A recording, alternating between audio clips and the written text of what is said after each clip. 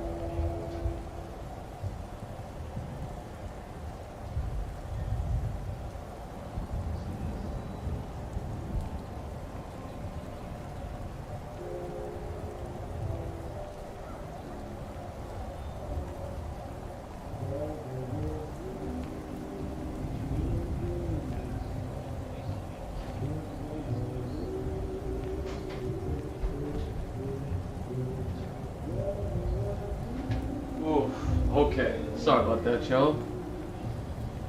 Apologies. Let me go to the stream manager.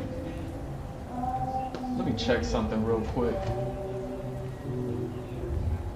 Hey, look at that picture.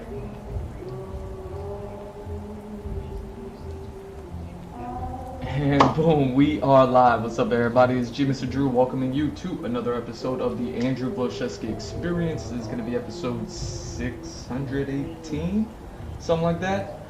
Red letters. We'll get to it. Let me actually change something real quick because I'm pretty sure I just put this down as a art stream, but we are going to do what I told myself years ago. I was like, hey, don't do that. Just do artwork. Just stick to artwork. But here I am a few years later. Now I'm just going to see if I can switch this over to just chatting. I'm gonna try. That way I'll just sit here and kick it with y'all for a minute. You know what I mean? That way I'm not misleading anybody who's like, oh, hey, I'm going to jump into this artwork thing. We're not getting there yet, but we will get to the artwork later, and hopefully I'll remember to switch it back over to the art stream. There we go. Never did that before, so I wonder if playing with the settings mid-stream will actually, you know, whatever. So, what are we doing? I wanted to do something new, something I never really wanted to get into, and as I was setting this up, I was kind of looking forward to it like yesterday, and then today as I was setting it up, I was just like, yeah, totally not what I want to do. But post Batman Day, so hope everyone had a good Batman Day holiday. And I saw on HBO Max, they had the Penguin show came out, and I was like, oh, of course it did, because of Batman Day. So the Penguin show came out, and I watched it, and it being a fresh start, and me thinking about something, I was just like, you know what, let's do it, because I always watched a whole lot of people break shows down, break video games down, break things down in certain ways. I've talked about them sometimes on my stream here. And, you know, it was never anything that I wanted to do. I look at what they do and I'm like, I appreciate it, and I let that appreciation just be where it is. I put it with them. I let them do it. You know what I mean? If I had to simplify it, I always liked them because it brought me back to a time when, you know, the old school days when you had to like write reports and stuff like that. And then, you know, watching them for years, I was like, that's essentially what it is when they break things down. And the other day I was on here talking about like, oh, people, they can, the ones that like get me, that I'll like continue to come back to, are ones that like implement their own personal ideas into things, and you know, kind of extrapolate, do a little bit more than just breaking down a show or breaking down a video game. You know, like some of them, they'll jump into the development history, which is like an added bonus. Me being a guy who always bought Blu-rays and, you know, DVD special features growing up and all that stuff, so that way I can get to the special features, get the commentary, get the behind the scenes information, you know, learn all this stuff about the industry and about how media is made and all that stuff out. You know what I mean? So, you know, people who break these things down that I watch, when they dive into the history of those sort of things, you know what I mean? I like those. You know what I mean? But again, it was nothing that I was ever interested in. Even though I know that, like, that's a thing that people are interested in. Hello, me. So, with the Penguin show coming out, post Batman Day, and, well, I got a little twofer for y'all tonight, and hopefully it doesn't take up all my time. I know I'm coming in late, just doing a whole lot of naturally, right? So, and then setting all this up took some time also, and being like, how am I gonna do this, and how am I gonna go about doing what I'm doing tonight? So hopefully we're gonna do one thing, we're gonna do a second thing, and then after those things are done, we're going to jump into the artwork, business as usual. So let's check this out, man, and understand that this is me doing a whole commentary thing, and it's something that I don't want to, you know, I don't normally talk about or like do or ever done or ever planned on doing. Let me do this.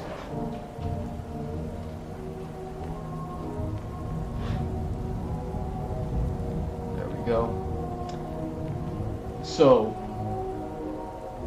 we have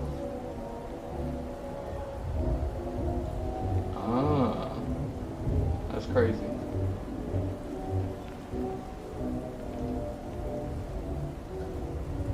Oh yeah, I'm gonna need that, huh? So going into the whole Penguin show, I didn't know what to think about it. I knew I was gonna watch it when it came out just to see what's up, and I definitely, when I was like seeing commercials for it, I didn't have any plan to like kind of talk about this stuff or anything like that. Let me turn this down. There we go. Turn that down a little bit. And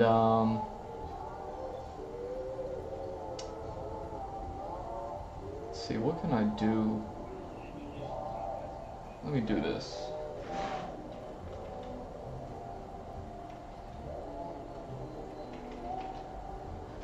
Alright, we should be good. We should be good with that. And then I can always double check this. See, this is why I just stick to drawing. It's so much easier for me to just be like, hi, hello, let's draw. But yeah, let's dive into it. Wasn't planning on doing this, but I was watching this Penguin show and I saw it as an opportunity to do it, to see if I like it, to see if other people like it. And unlike all the ones that I do watch that I know the people go in and break down and they write these things out, some of them are even like counting pages, counting the amount of words, and like really understanding their craft and what they do. I'm off the cuff, you know what I mean? Like, I already put like an hour or 2 or 3 into this, and I was like, But since I did it, we're gonna do this. This is season 1, episode 1, The Penguin. Just gonna drive through some commentary. I was watching it and I saw some things and I knew immediately when I saw something, I was just like, alright, let's just do it. You know what I mean? So that way you can kind of understand where I come from when I start to enjoy media, which I don't really get to do too much all that these days. It's not too many animes I care about. There's not too many TV shows or anything like that I care about so much. Everything that I do these days is pretty much in service to the writing, the storyboarding, the concept art, and everything that I do. So I don't get to enjoy too much Like really, the only anime I'm watching is One Piece these days. Whenever Demon Slayer comes back, I'll watch that. But that's about it. You know what I mean? So I'm watching One Piece, and now I guess I'm watching Penguin. So if I get like 100 views on this video, then yeah, maybe I'll come back next week and do it again. And you know, but let's jump into it, man.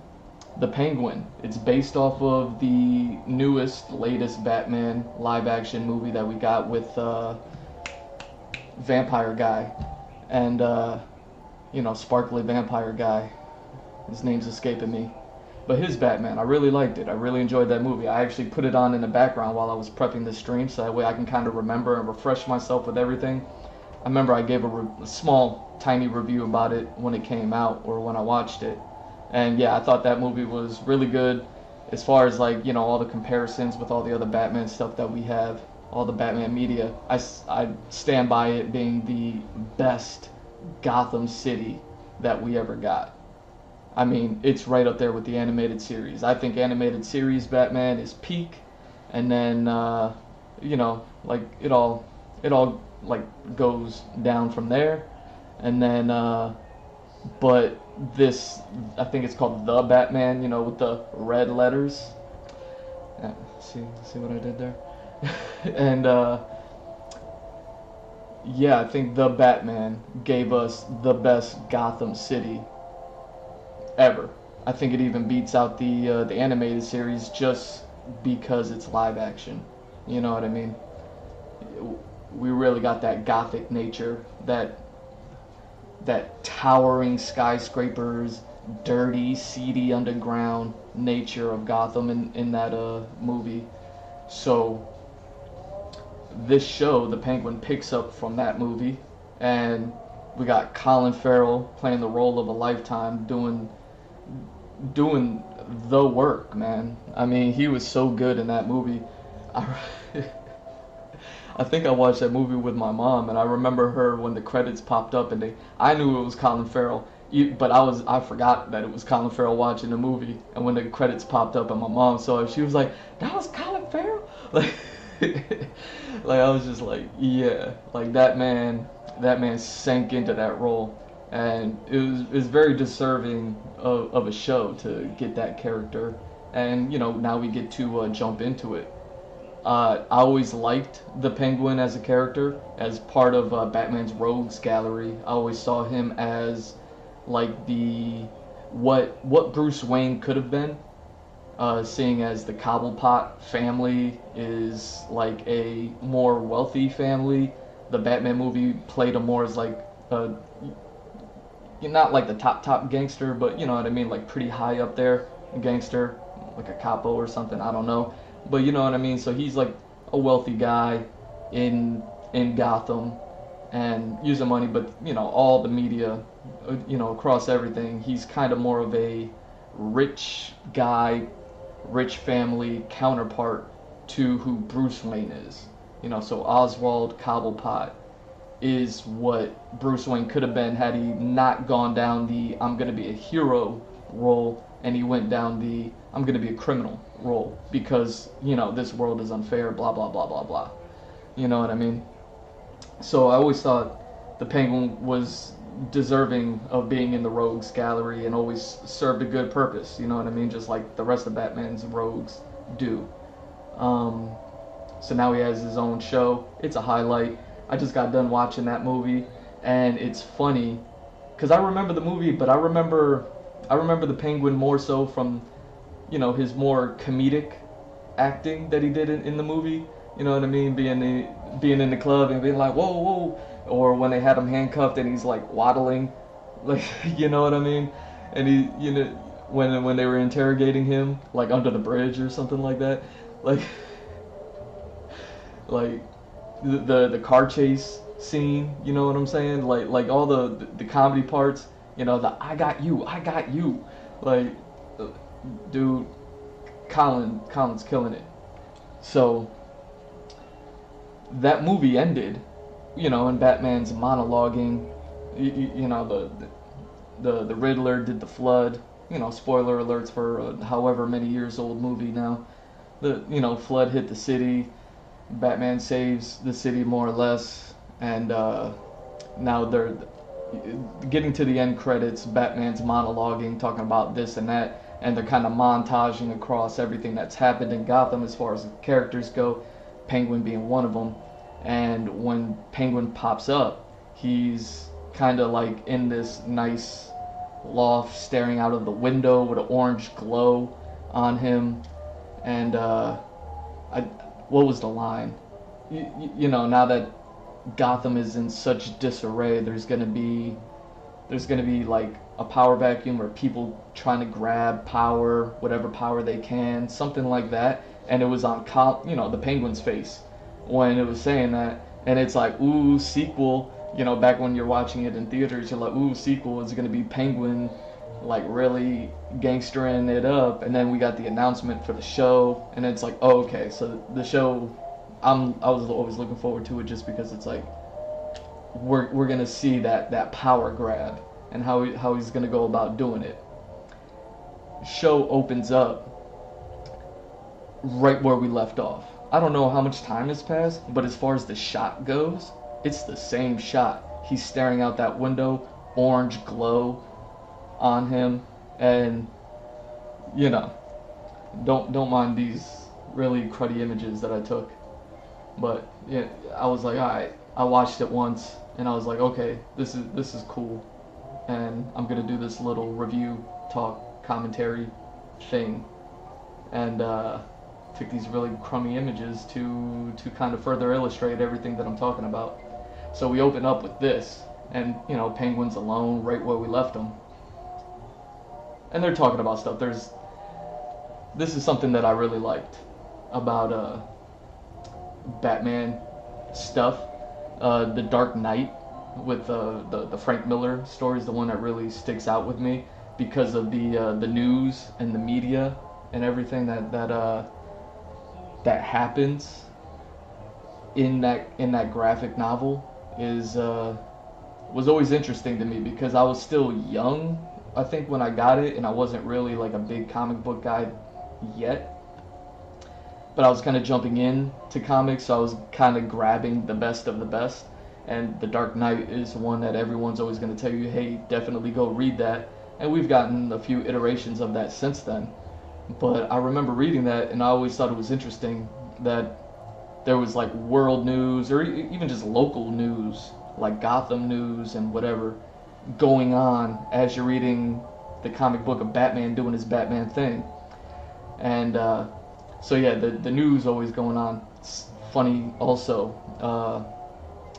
The movie also opened up with like news and things like that because of the whole electoral mayor race that was happening. You know what I mean? So news played a part in the movie, so now news is playing a part here in the show. And they're talking about the the drugs that were in the movie. And if you watch the movie, like the mob guy, the big mob boss got, he's gone.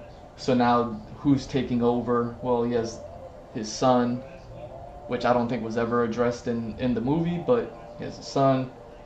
Son's gonna rise up. They're just kind of laying out the setting for us. We got Penguin alone, setting with drugs and the new mob boss and this and that, and we jump to Penguin. He's walking into his old boss's office area, and he starts breaking the safe, breaking the vault, and he finds, look, here we go, there's our boy. Can't even recognize him. He played Alexander once a long time ago. Can't recognize him now. He's great. But he's breaking into the vault, and he's grabbing a whole bunch of blackmailing items, and then he gets, boom, he gets caught. He's like, oh crap, who caught him? And it's the new mob boss. It's his new boss is walking in and being like, yo, you know what I mean, like, what's happening here? And they They have a talk. He's like, hey, you know what I mean? Like, stuff is crazy. I got your back. Like, immediately, the first interaction, the first thing that he's saying is like, oh, he's already lying. And immediately, I'm just like, okay, this is like some Sopranos type stuff. You know what I mean? HBO having, you know, The Sopranos. I'm immediately in of like, okay, Penguin, Tony Soprano. I, oh wait, didn't I? I thought I got rid of that. Anyways, they talking about this whole what you know with the new boss, what he visions for the future of you know the organization, whatever they talk, and you know they start they're having a drink and they're talking, and just like any two guys having a drink and talking, they you know barriers come down a bit, and Penguin kind of talks about an old time gangster who I think the family name was even in the comics still. I forget what the name is, Cicerello, something like that. I forget. Um, and he talks about him with this reverence, and his new boss, this young kid, starts clowning him about it, and you know the disrespect, right? So disrespectful, and poor kid, done. I love this. I love his face here. This is him realizing what he just did. You know what I mean? And just being like, we're like only a couple minutes into the show, and it's like, okay, now we got something here. That's the hook. And title shot, boom, big red letters, and it comes down to this, where the red lettering turns into the scene. Some beautiful art, beautiful editing, beautiful post, whatever. But now, Penguin just like off the new mob boss, and you know now we have to deal with it. Dealing with the body as he would. He bumps into, when he's trying to like take the body outside, he runs into people trying to steal his car, or I thought they were trying to steal the rims on his car or steal the tires, whatever it is, and or steal his car. I don't know what it was, but he runs into some kids trying to steal his car, and I was like, okay, Gotham is in full effect. I was immediately reminded of, I think it was Tim Drake, like he was like the second or third Robin. Yeah, because I think it was what, Dick Grayson, Jason Todd, and then Tim Drake. I think that's how it went. And the way that Tim Drake was found was he was trying to steal Batman's wheels. You know what I mean? So seeing these kids trying to steal the Penguin's wheels, I was just like, okay, I see, I see what we're doing. Hold on, man. Like, so I thought it was really cool. The HBO is sticking with, you know, they have this Tony Soprano thing going on. They're sticking with the Batman stories and the comics with those elements. It's, you know, the look and the feel of Gotham at night is still the same. You can see in this shot. It's like, okay, it's still that dirty, garbage everywhere, orange lit sort of anyway. So he scares off these kids.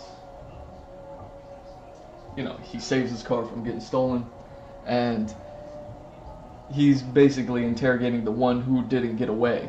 He got a hold of one of them, and I'm watching this, and immediately as I'm watching this, and I'm thinking about Tim Drake, and I'm just laughing at how, like, all the parallels.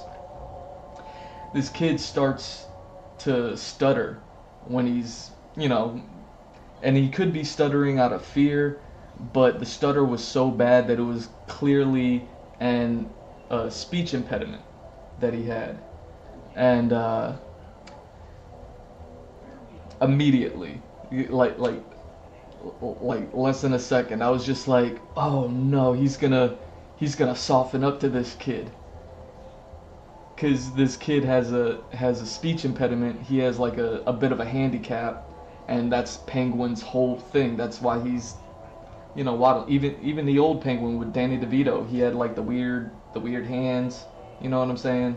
And the nose and everything like that. Like and he the web feet, I think. Like he had everything like that too. And I was just like, oh no, they're gonna do it. They did it.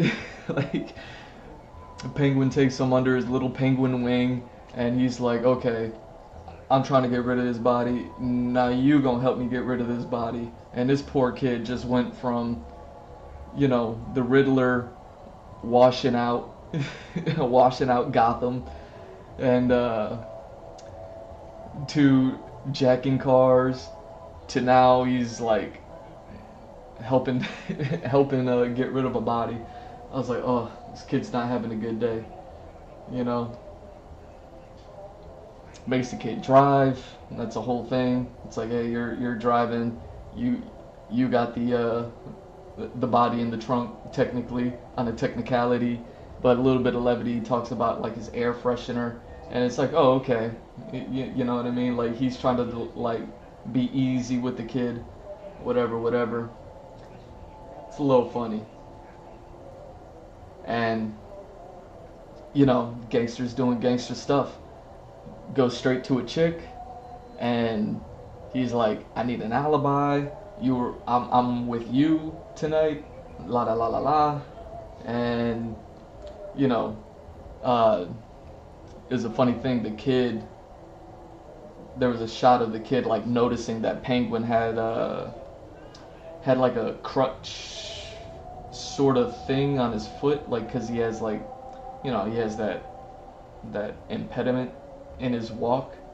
You know what I mean? He's a bit handicapped, so as they're walking up the steps and the kid's following him, he sees like the foot thing. And it's also funny because Batman had like that kind of click when he walked. It was kind of like spurs, like cowboy spurs or whatever. Like anytime he took a step, you heard like a little metal clink a bit. Same thing's happening with Penguin. You got that metal clink with the whole foot thing that he has going on, his handicap. And so yeah, it was just neat to see that. But yeah, the kids watching a gangster do gangster stuff, and they move on, destroy evidence, burn it. He's talking to the kid, and it was funny.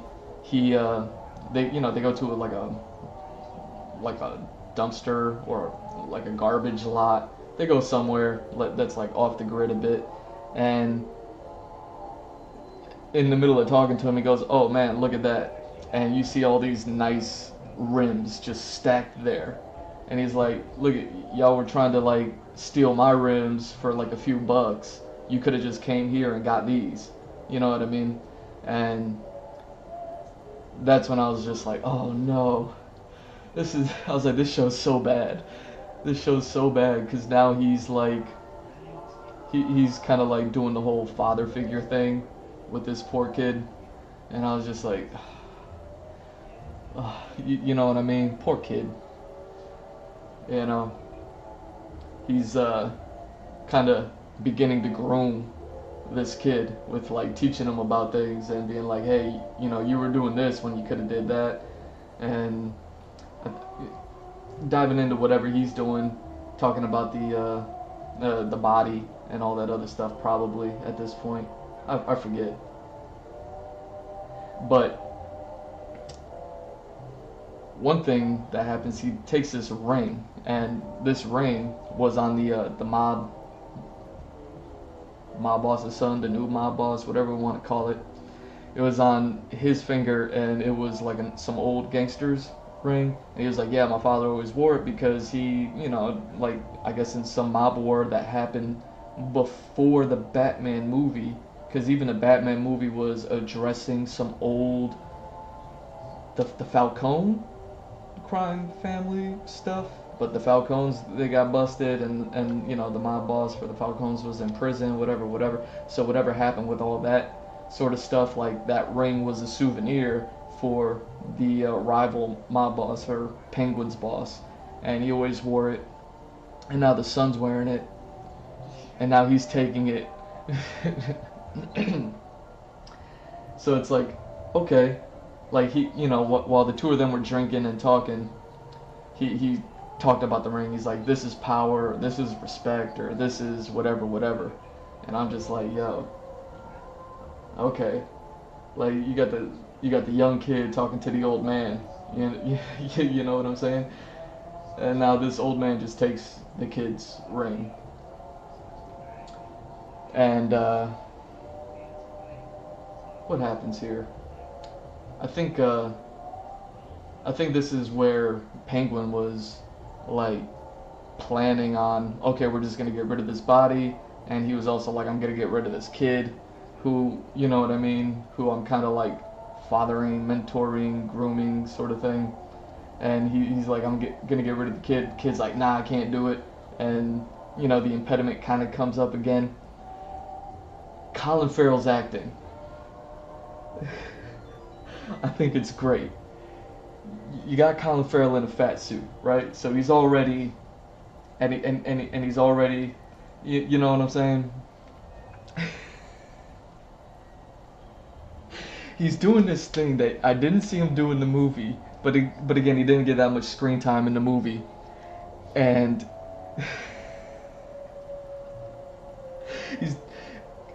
Colin Farrell's doing this thing while he's acting, where he's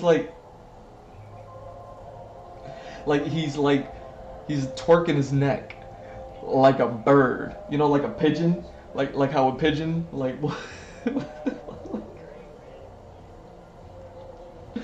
how pigeons move their head when they're like. So Colin Farrell, he's doing like all of this, and it's gold, and I'm like, I like it. He's moving like a bird, cause he's waddling like a penguin. And I guess penguins do have that whole thing that they do, but he's going extra with it like a pigeon. It's so good. It's so good. So he decides, nah, gonna let this kid go, right? Takes the kid with him to his apartment. So I'm like, okay, now he's definitely he's kind of gonna be like the Batman. This kid's gonna be the Robin, except they're the Penguin. And the little, I don't even know what he is, orphan kid. I don't know what he is. Looks at the ring. We get a good shot of his foot, the foot that has like the thing on it. And apparently, what's happening is he's got like hammer toe big time, and then he has like all of his, like from the pinky all the way over, crushed over like this. So his foot is looking like mad crazy like this, and naturally it has like this kind of like deformation to it, you know what I mean, just from the toes being the way that they are, right? So I'm guessing that's what he has that metal thing for when he walks, is because it's like a flat thing for him to be able to keep balance on, you know what I mean, so that way he's not trying to balance on this like Humpty Dumpty foot. You know what I mean? So now we have a body that we don't know what's happened to it. Did he get rid of the body? Did he not get rid of the body? And now he has this ring, and we don't know what he's doing with it. He's just kind of setting it aside. And now he's like, I gotta go to work. He gotta go do his gangster thing. And I guess it was established in the movies, like into the whole drug thing. Whatever the drug is in Gotham, it's called like drops or whatever. So he goes to the warehouse, does his gangster thing. He's like, I'm the boss, I'm making decisions, I'm doing this. Hey, go, you know what I mean? They're talking about the amount of merchandise that got affected from the flood that the Riddler did in the movie. They're talking about how much is good, how much is bad. Just product product, whatever, and someone comes in and he's all injured and he's like, what happened? He's like, oh, rival gang is moving in on our turf because again, the flood, everything's jacked up. So it's like, okay, Gotham City is in full effect. Everything that we were left off with in the movie it's happening. You know what I mean? And it's cool. It's cool to see that. This is exactly what I wanted to see in this show.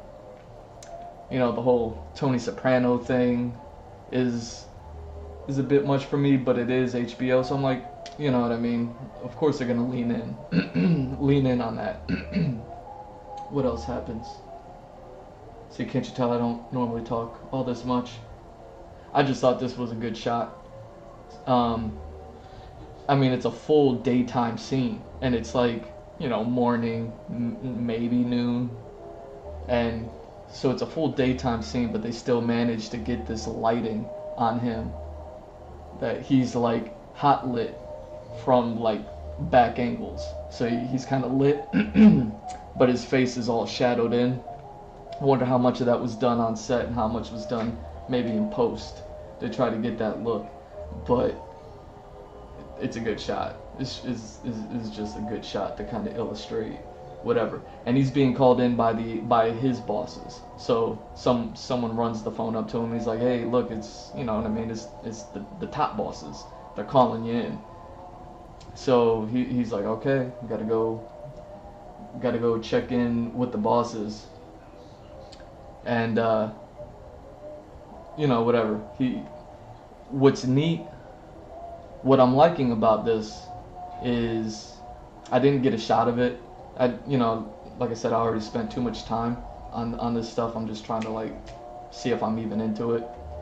But there was a good shot of them leaving like the city, crossing the bridge to go to wherever the big bosses are, and they're obviously like looking at this shot. They're in like this big lavish mansion type area that's out of the city, that's flooded, and but there's a good shot when they're crossing the bridge and of the bridge, and at the crown of the bridge, you know what I mean? It looks like one of those New York bridges or whatever it is where, you have like all the wires that kind of arch upward, and at the top they have like this kind of old gargoyle sort of thing. It might have been like an angel instead, but it was like this really dope statue looking thing.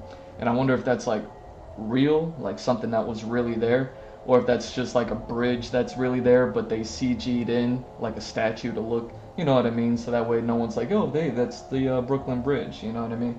It's like, no, this is Gotham City. Either way, it was a really good shot, but I missed it. And yeah, so he goes to see the bosses. Something that I noticed, that I began to notice, and again, not too much has happened as far as like the show goes, but this is kind of when I started to notice it. He was talking to the kid on the drive over to this mansion, and he's like, because he still has the kid driving, he's like,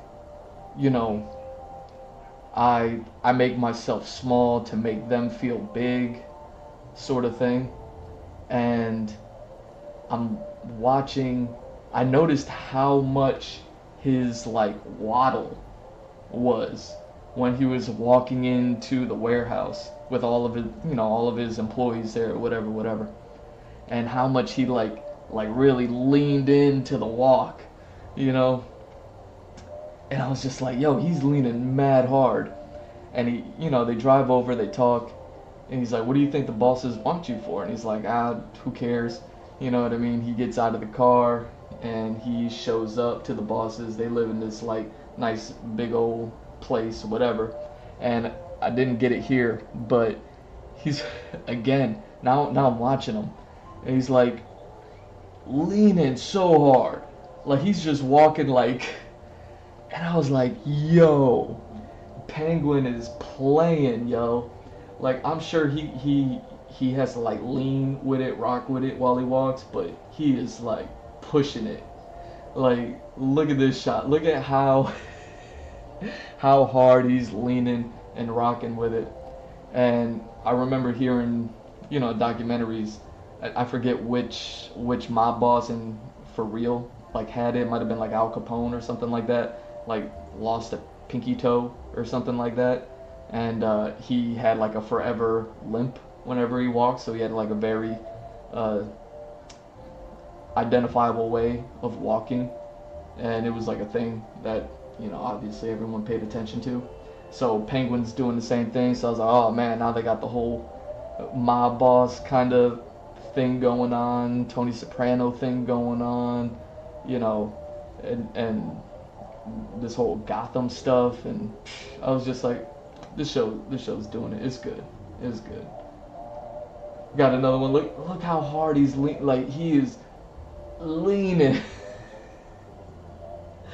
And again, it goes with that whole like I'm gonna make myself look small to make them feel big. You know what I mean? Oh. So he's talking to them. They're talking to him. I don't even remember what they're talking about. Oh, because of the whole because of the whole flood thing that's happening, because of all the merchandise that they probably lost. He's like telling them like, nah, we don't have to worry about that. We recovered 70%, and even the 30% that's bad from the flood is still gonna be used. Like we're still gonna be, you know what I mean? And they're like, nah, we're gonna move the operation. And I don't know why moving the operation is a bad move.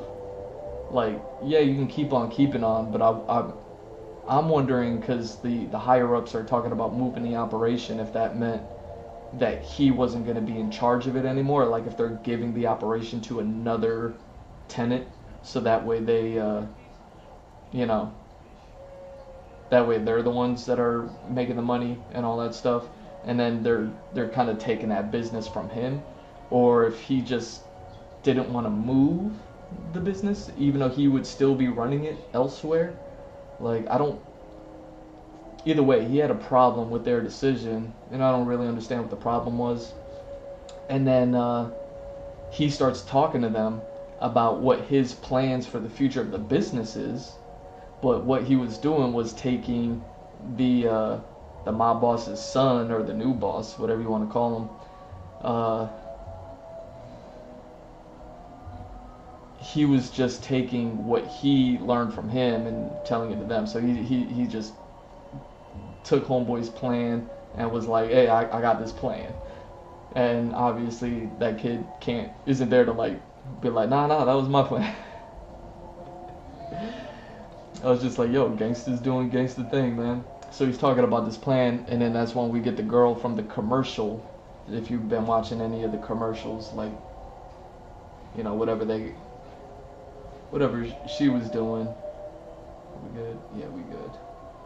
And she comes in, and it's that epic line from the commercial where she's like, I'm rehabilitated. I'm like,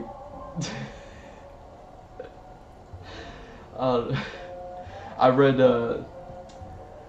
I showed it once on this stream, the whole Arkham Asylum graphic novel.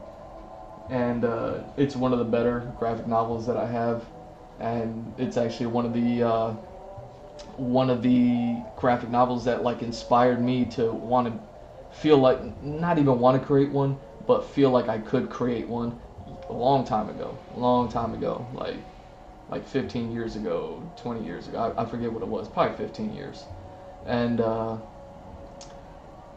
it was the first one that I saw like the style from panel to panel change. I talked about it on stream a while back. It's probably on my YouTube channel, Mr. Drew Reads Books, where I kind of talk about the Arkham Asylum book, so you can check that out there if you're not familiar with what I'm talking about.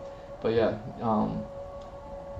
I talked about it there. But that book gave me like that feeling of like, this doesn't look like a regular comic book, and it was a graphic novel technically, where it was just a long novel and not like broken up into issues or chapters. And it was the first time that I saw something like that, and I was just like, oh, I guess you can kind of do anything. Because in my mind, whenever you thought about comic book art, like you thought about it done in a very specific way, in a very the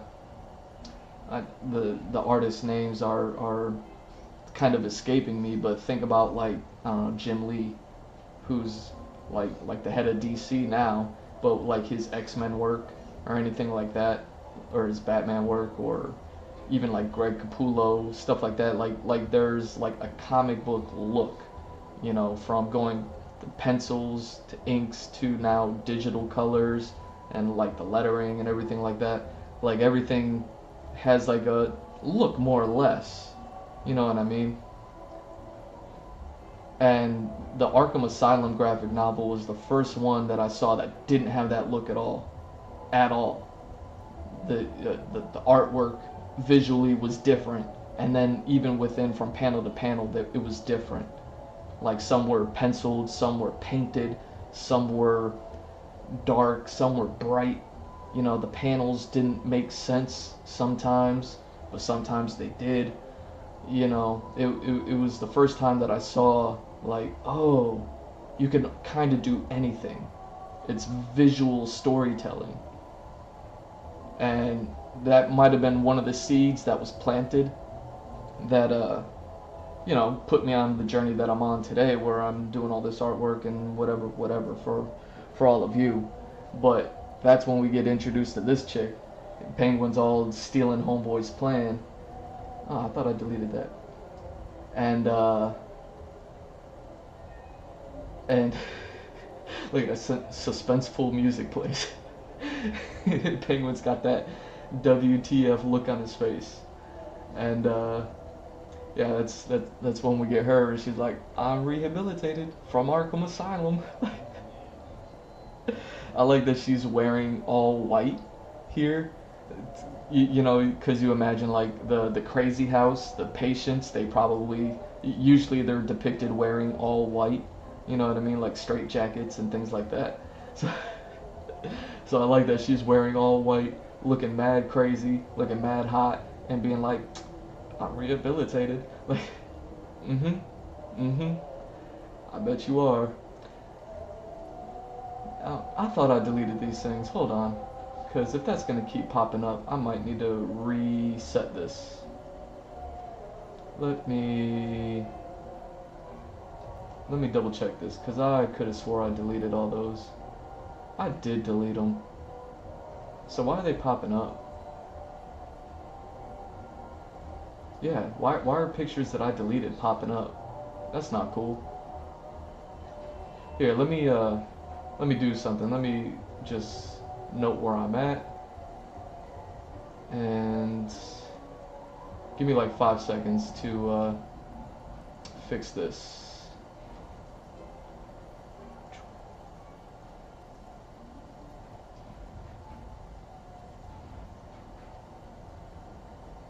Boom.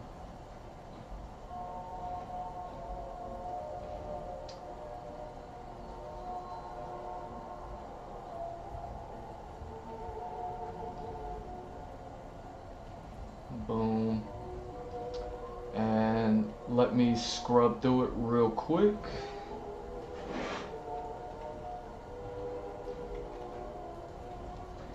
That way I can make sure, because it's like, what was the point of doing all that work of clipping these pictures if I'm, you know what I mean, like, if it's going to be showing everything that I didn't clip out. What happened, like 2 or 3 times now? That's not cool. Can't you tell this is the first time I'm doing this? Okay, we should be good now. That was weird.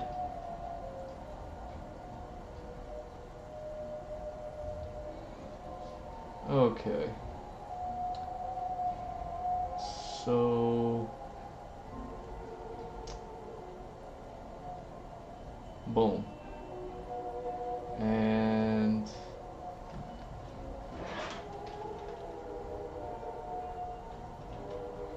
boom. I think we're good now, right? Yeah. Yeah, sorry about that. Again, why do all that work if it's just like gonna not show the crop? So anyway, crazy chick is just like, we need to catch up right now. You're like, okay, can't say no. Can't say no to that. And oh, they talk about his car, which is cool. Talk about his car being purple, how it's a little ostentatious and all that stuff. It, like how gangsters roll. If you remember, like that movie American Gangster, it was based on a true story, and even what was it, Goodfellas and things like that. Like, you don't want to show too much wealth, type of thing. So they're having that conversation about his car. His car being purple and gold, immediately, I was like, that's the Joker's car. I'm like, oh no. Because he's walking around in this purple suit, but I'm like, oh yeah, he did wear purple. He did wear a purple suit. Like, if I'm thinking about the old Adam West Batman, and I was like, okay, he wore a purple suit, but he has this purple car with gold trim. It's nice. And she's like, purple car? He's like, nah, it's plum, whatever. But what I'm saying is, I won't be surprised if in like season 2, season 3, Joker pulls up in his whip. You know what I mean? Like, because that is a Joker mobile if I ever seen one. So yeah, they catch up. They're in a fancy place, and since the chick is recently out from the crazy house, you find out why she was in there in the first place. Apparently, she killed somebody. So it's like, okay, like so all the rich people are checking them out, like, oh my god, like look at them, and they're like, oh man, look at us, And what are they talking about? Oh, they're talking about her brother, because her brother was the guy with the with the ring, and he was the new head of the family, and now he's missing, and no one knows what's going on, and you're just kind of like, yo, and she's all crazy, and she's like poking and prodding him, and like, you know what I mean, like it's an interrogation style little piece of ketchup dinner, you know what I mean, and he plays it. He plays it, you know what I mean? Like without getting into detail, it's like, okay. Like he covers himself, and she's like, you, you know what I mean? They had one of those gangster conversations. You know what I mean? They're always hilarious. And then this is when they're saying goodbye, and she's like, I see you. And he's all like, come on, man, I'm innocent. I love it. Now this is interesting. It's him. He's back with the kid. The kid was waiting in the car the whole time. You know what I mean? It's basically his new driver, I guess. Which is interesting to say that maybe he didn't have a driver before that. You know what I mean? Like, you think he would, since he has one now. You think he would have been in that position, but I guess not. And maybe that's just one of those like convenient things. But either way, so I guess the kid's like his driver. So him and the kid are going around town again. There was an interesting shot that I think that happened here, and I missed it, and I noticed it the first watch through, and they hop on a train, one of the city trains, and they have handicap seats, and the handicap seats are identified with the handicap logo on them, and Penguin technically has a handicap, but they board the train, the seats are empty, there's 2 of them, and there's 2 seats, and Penguin doesn't sit down and use it. He stands and holds like the railing or whatever right in front of the seats, and the kid looks at the seats, looks at him, and it clicks with him. And this is like one of those little empathy things that TV shows make us like the bad guy sort of thing, trick that they use, where even though Penguin's this Batman Rogues Gallery character, gangster, just got done murdering somebody, just stole a ring off of a dead body, just running drugs, lying to his bosses, uh, stealing the ideas, you know what I mean, from from the guy he just killed. Like, even though he's like clearly this bad guy. Look at me. I should probably drink something. He's clearly this bad guy, right? Just like Tony Soprano was clearly this bad guy. I didn't watch that recent documentary. HBO just, or Max, whatever it is, they just put out the documentary of I guess the guy who wrote or co-created the Sopranos and this, that, and the other. And I didn't watch it. I don't have any interest in watching it. I did watch The Sopranos back in the day. You know what I mean? Back when it was like actually airing on television. You know what I mean? On cable television. Before there was like apps and stuff like that to just watch this stuff anytime you wanted. I do remember watching Sopranos back then. Great show. The ending being like, whatever. You can still talk about it today. And people will still go back and watch it and whatever. I think I've only ever gone back to watch that show like one time to rewatch the first episode because I was watching a podcast and they episode 1, season 1, episode 1 of The Sopranos was a little bit more of a comedy and a little bit more of a comedic take on the mafia lifestyle. You know what I mean? Where they had the mom like shooting an AK in the backyard at the kids or something like that. Like something that you would see in a scene out of Family Guy, more so than like a really gritty, serious, tone that the show would like immediately later take within season 1. So like HBO went for this like kind of comedy take, but then the show like quickly just matured really quickly. And then from the following seasons after that, it became the show that we all know and remember. But it's interesting to revisit that season 1, episode 1 episode to see like, oh wow, the show had a really different tone. You know what I mean?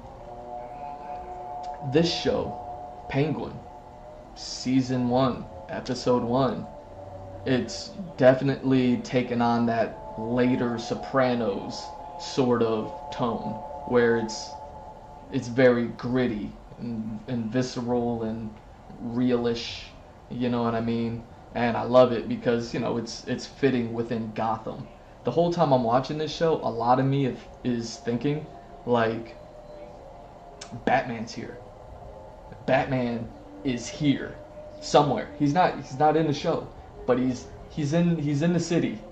Right now it's a daytime scene. He's probably sleeping. He's probably, you know what I mean, doing a little bit of research. He's probably, Alfred got jacked up in the movie. He's probably like helping Alfred out. You know what I mean? But Bruce Wayne is here. And this show, season 1, episode 1, is real gritty, and it had a little bit of comedy in it. Like the girl saying that she's been rehabilitated. That's cute. Him talking about the air freshener in the car. That was funny. He's like Paradise Aquatic or Aqua Paradise or whatever he said. Like there's some funny stuff in there. They were talking about getting slushies at a certain shop, and it was like, he's like, oh, you missed out, kid. You could have mixed the flavors. You always drinking one flavor, whatever. Like there's little bits of levity, but it's never over the top. You know what I mean? It's like they really just took the soul from the Sopranos, especially the later seasons, and it's become what TV is today. You know what I mean? For not just HBO, but kind of like a lot of them. Again, I don't watch too many shows these days, so I can't really speak on the more popular ones. Like, I never seen The Boys, I never seen Incredible, I never seen like any of these shows that are on Hulu anymore, or Amazon Prime, or you know what I mean? Like, I'm just not watching these shows. But from the looks of it, like it's whatever. But yeah, I thought that was, getting back to this show, I thought it was really interesting that they took that time, that shot, for the kid to notice that the penguin, even though he has that handicapped foot, isn't sitting in the handicapped seat.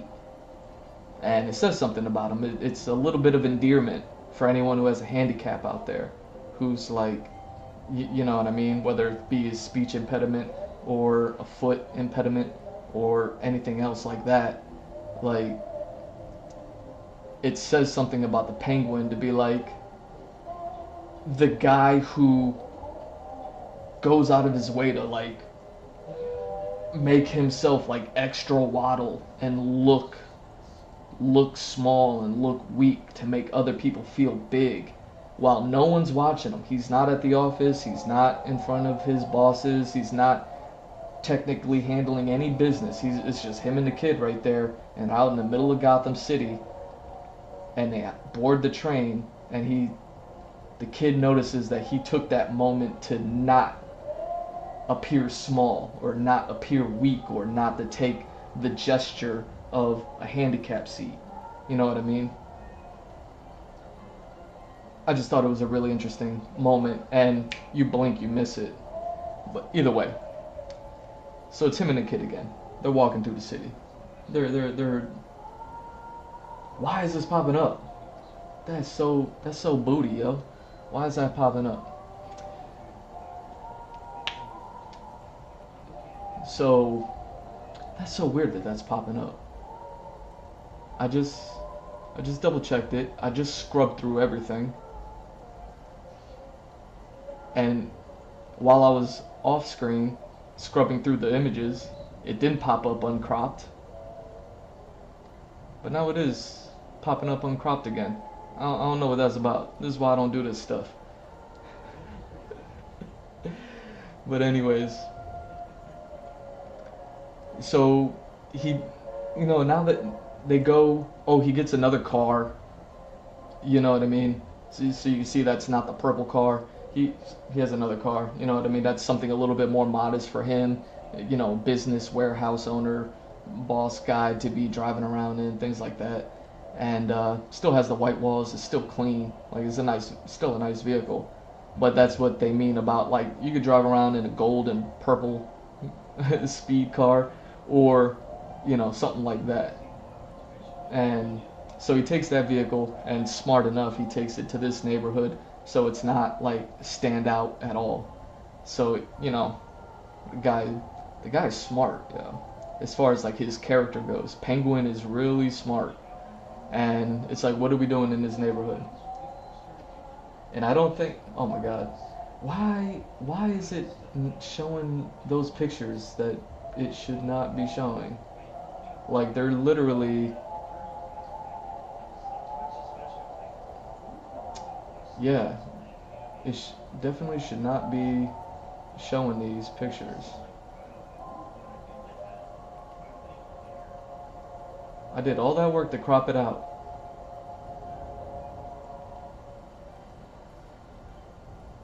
Let me try something.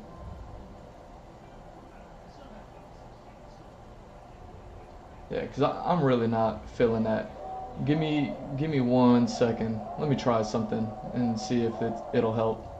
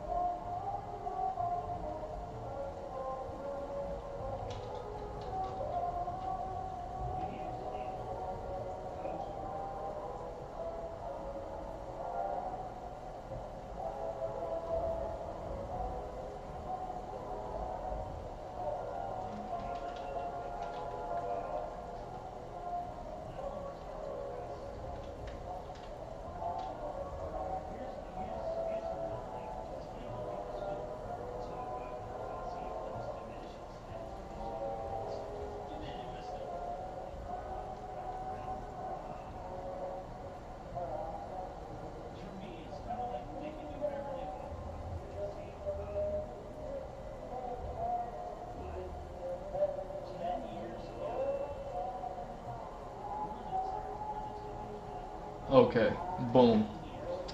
Let's oh wait, let me make sure this is working now.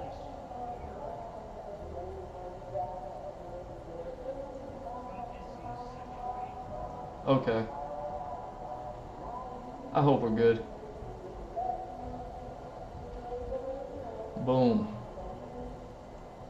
Let's do that.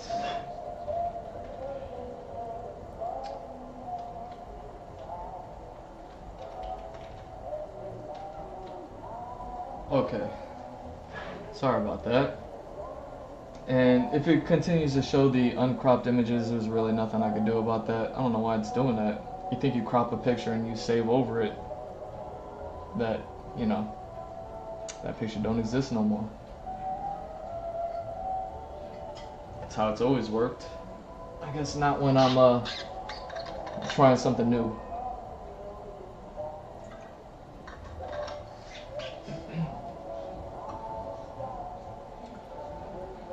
So, shows up to this neighborhood. We don't know what it is, and turns out it's his mom's place. This is what's really interesting.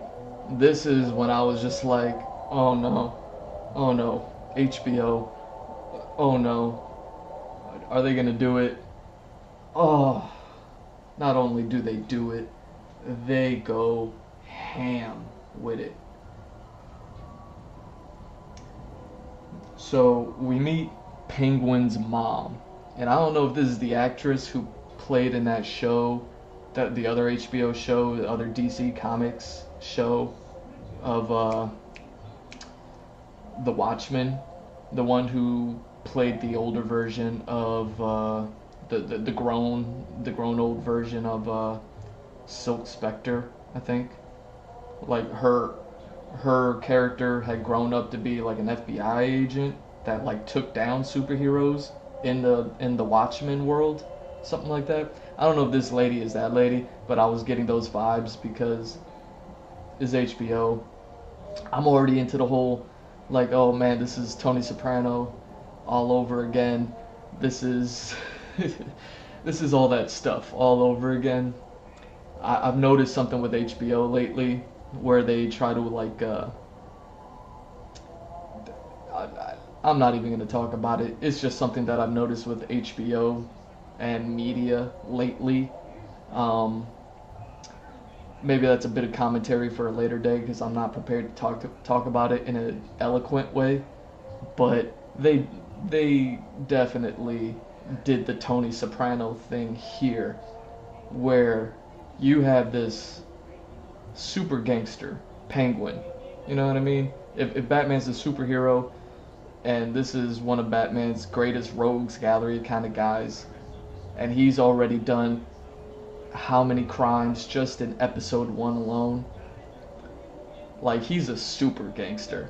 So you got this really brilliant super gangster visiting his mom. And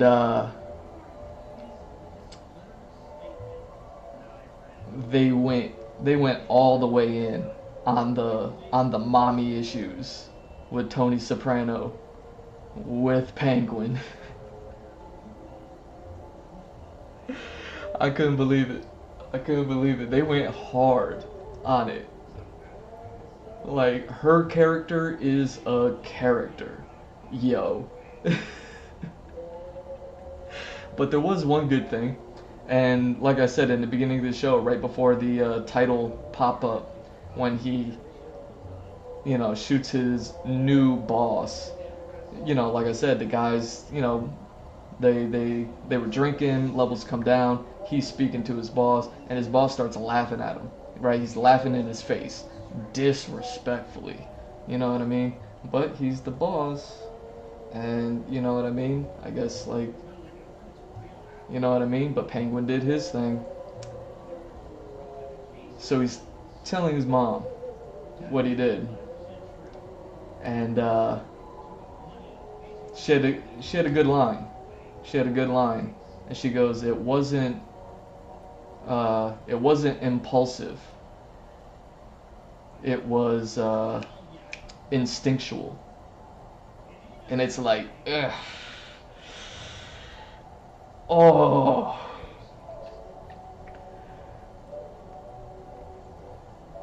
And I was like, oh no. Oh no.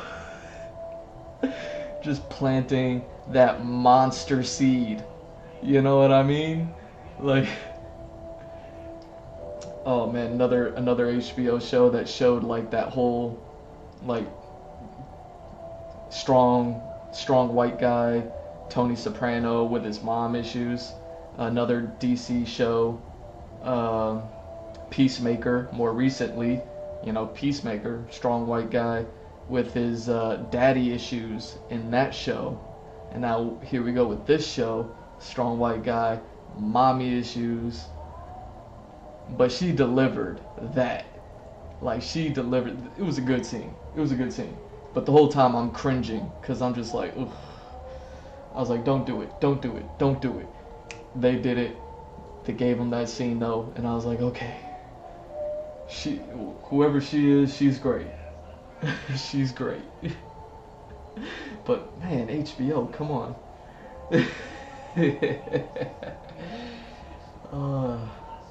It's definitely worth just watching that scene alone. Like, even breaking down that scene would be. I'm sure there'll be like plenty of videos breaking down that scene. And then after him and his mom talk, they do whatever. I think he's setting up that kid since he might be something like an orphan because his home probably completely got wiped out by the Riddler's flood because of all that stuff. I think what happened was he's setting that kid up to be his mom's caretaker. You know what I mean? So it's like, okay, cool. Like he's giving him the driving position. He's giving him the mom caretaker position, which gives him a home to live in, but also gives Penguin access to him. You know what I mean? Like, smart move, I guess. And then they jump to this scene where the two of them are just kind of sitting, talking about everything. And again, it's like the third time that these two characters, maybe the fourth time in this episode, where Penguin and this kid are talking, and I'm just like, oh no. You know what I mean? Like, just grooming this kid. And they're watching this old show tune song, whatever. And it's kind of like a Marilyn Monroe sort of thing, And yeah, it's in the cut right here where it says "Put the blame on Maine," which is the song. You know what I mean? Put the blame on Maine, and I was just like, I'm already hip to it. Where I'm just like, yep, Penguin's gonna play everybody, and it harkens back to the end of the Batman movie when Batman's monologuing and he says, those who are going to try to grab whatever power they can, and the camera's on Penguin when he does that. This is it. This is the moment where Penguin drops that bomb on the kid that he's like grooming now, and he's like showing him. They're watching this, and the kid is naturally like, he's not hip to it, and he's like, who's Maine? Put the blame on Maine, boys. And keeps singing that like it's the chorus over and over. And the kid is like, who's Maine? And I'm just like, oh no. And I think Penguin solidifies his position with the kid, because the kid could have been on the fence with him this entire time. You know what I mean? Watching him not sit in the handicap seat. You know what I mean? And not, dropping little jewels on him. You could have been stealing these rims from the garbage lot instead of stealing them off my car. You know what I mean? Like, he's like throwing these little gems at him, and I'm watching this scene and I already know what's happening. But the kid asked the question, who's Maine? And he says it, he's like, that's the thing. She's nobody. Maine is nobody. It doesn't matter who Maine is. Just put the blame on someone else. Get a scapegoat. And I'm like, oh no, this is what this whole season's gonna be about. Probably, maybe, I don't know. It's definitely about like Penguin grabbing power. It's definitely about Penguin's rise, since he's not already like the top boss. You know what I mean? He's still like an underboss or a capo, whatever he is. Um, he's he's got a, but you're watching him throughout this entire episode, just conniving his way, you know? And yeah, he drops that jewel on the kid. And I was just like, oh no. Like he's making his own little monster, you know what I'm saying? So that's when I was just like, okay, yep, that's definitely what this show's gonna be about. And it's gonna be Penguin playing all the games with everybody in order for him to get that rise. I mean, what's happened so far? We have a body that we don't know what's done with the body. We think that it's thrown up, dumped into the harbor or whatever. We got a ring that he took off of the body. We don't know what he's doing with that ring, but it's a representation of power or respect or whatever. And got this little gem of it don't matter who Mame is. And then they leave the mom's place. This is when he lets the kid go. He's just like, okay, we did our thing. Everything that I needed you for, kid, I've done it. And now, are you in or are you not in? And naturally, it's like, well, if he's not in, you know what's gonna happen to him. So the kid is just like, I guess I'm in. like, I'm like, oh no, it's so bad. It's so bad. And yeah, so he lets the kid go, and for the first time since the opening shot, when I started this little review, breakdown, commentary, whatever I'm doing here, for the first time we have Penguin alone, where he was alone when the show starts, and it's kind of picking up off of the movie where he's at the glass and the orange light is on him and we're on his face and he's overlooking Gotham City, and he's alone in that scene. And then what does he do when he's alone? He goes to get all that blackmailing images. That's when his boss catches him, and we go down this road. And now for the first time again, he's alone now. And now I'm like, dang, what's he gonna do now? Now that he doesn't have to placate to this kid. Now that he knows what his bosses want. He knows that there's rival gangsters that are encroaching on his turf. He knows where the product stands as far as like what the flood affected and didn't affect. I was just like, oh no, what's he gonna do next? I even remember when I was watching this the second time, putting this together for y'all. I was still again like even I didn't remember what the next scene was. I was like, what's he gonna do now? So what does he do? He visits the rival gang's boss in prison, the one that we heard about in the movie. In the movie, they're talking about like how the not the Falcone gang, but the Maroni gang boss got sentenced to prison. It like happened before the movie, but it was all the stuff that was in the news about the drugs and the this and the that. So the Falcones took over the Maronis, whatever. Either way, he's going to visit that boss. We get introduced to that boss, and it's a whole conversation. And it's a real sleazy conversation of Penguin doing real sleazy Penguin stuff. And, they're having that whole prison gangster talk.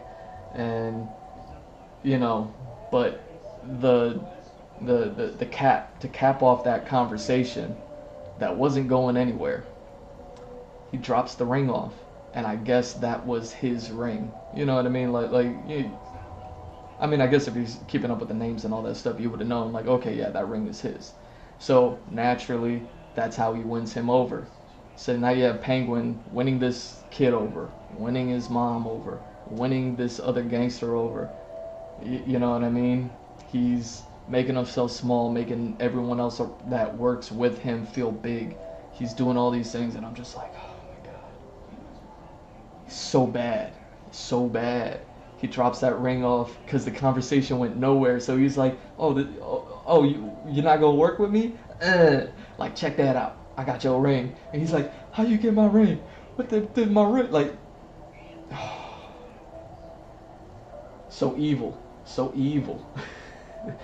And so it's like, okay, so we got a body that's not accounted for, a ring that we know what he's doing with now. And now it's and he's trying to like set up basically what you can kind of imagine what the rest of the season's gonna be about, even from just the movie. Like, when I remember seeing the movie and you saw Penguin was still out there, and there were like anyone trying to grasp for power. It was like, okay, the movie number 2 is gonna involve Penguin trying to grasp for power, and that was before this show got announced. Now that this show's announced and they're doing it, it's like, okay, they're showing the Penguin grasp for power. That's more or less what the conversation was, but the dude wasn't sold until Penguin gave him that ring, and he gave him one of those hardcore lines, you know, before he walked off, like, you know what I mean, maybe I'm more than what I seen, something like that, and he makes himself seem like, you know what I'm saying? So, such a good show, man. Colin Farrell is killing it. He's killing it. He goes to go home. His own gangsters are looking for him. It looks like a hit team. You know what I mean? Like he's gonna go home. And he pulls up to his building, and who's outside of the building? The crazy chick in white, with a whole bunch of suits that look like the suits, the gangsters from Cowboy Bebop, when Spike is at the end of the show and he's taking out like the Red Dragon clan or whatever it is, and he has to go through like 1,000 guys just to get the Vicious.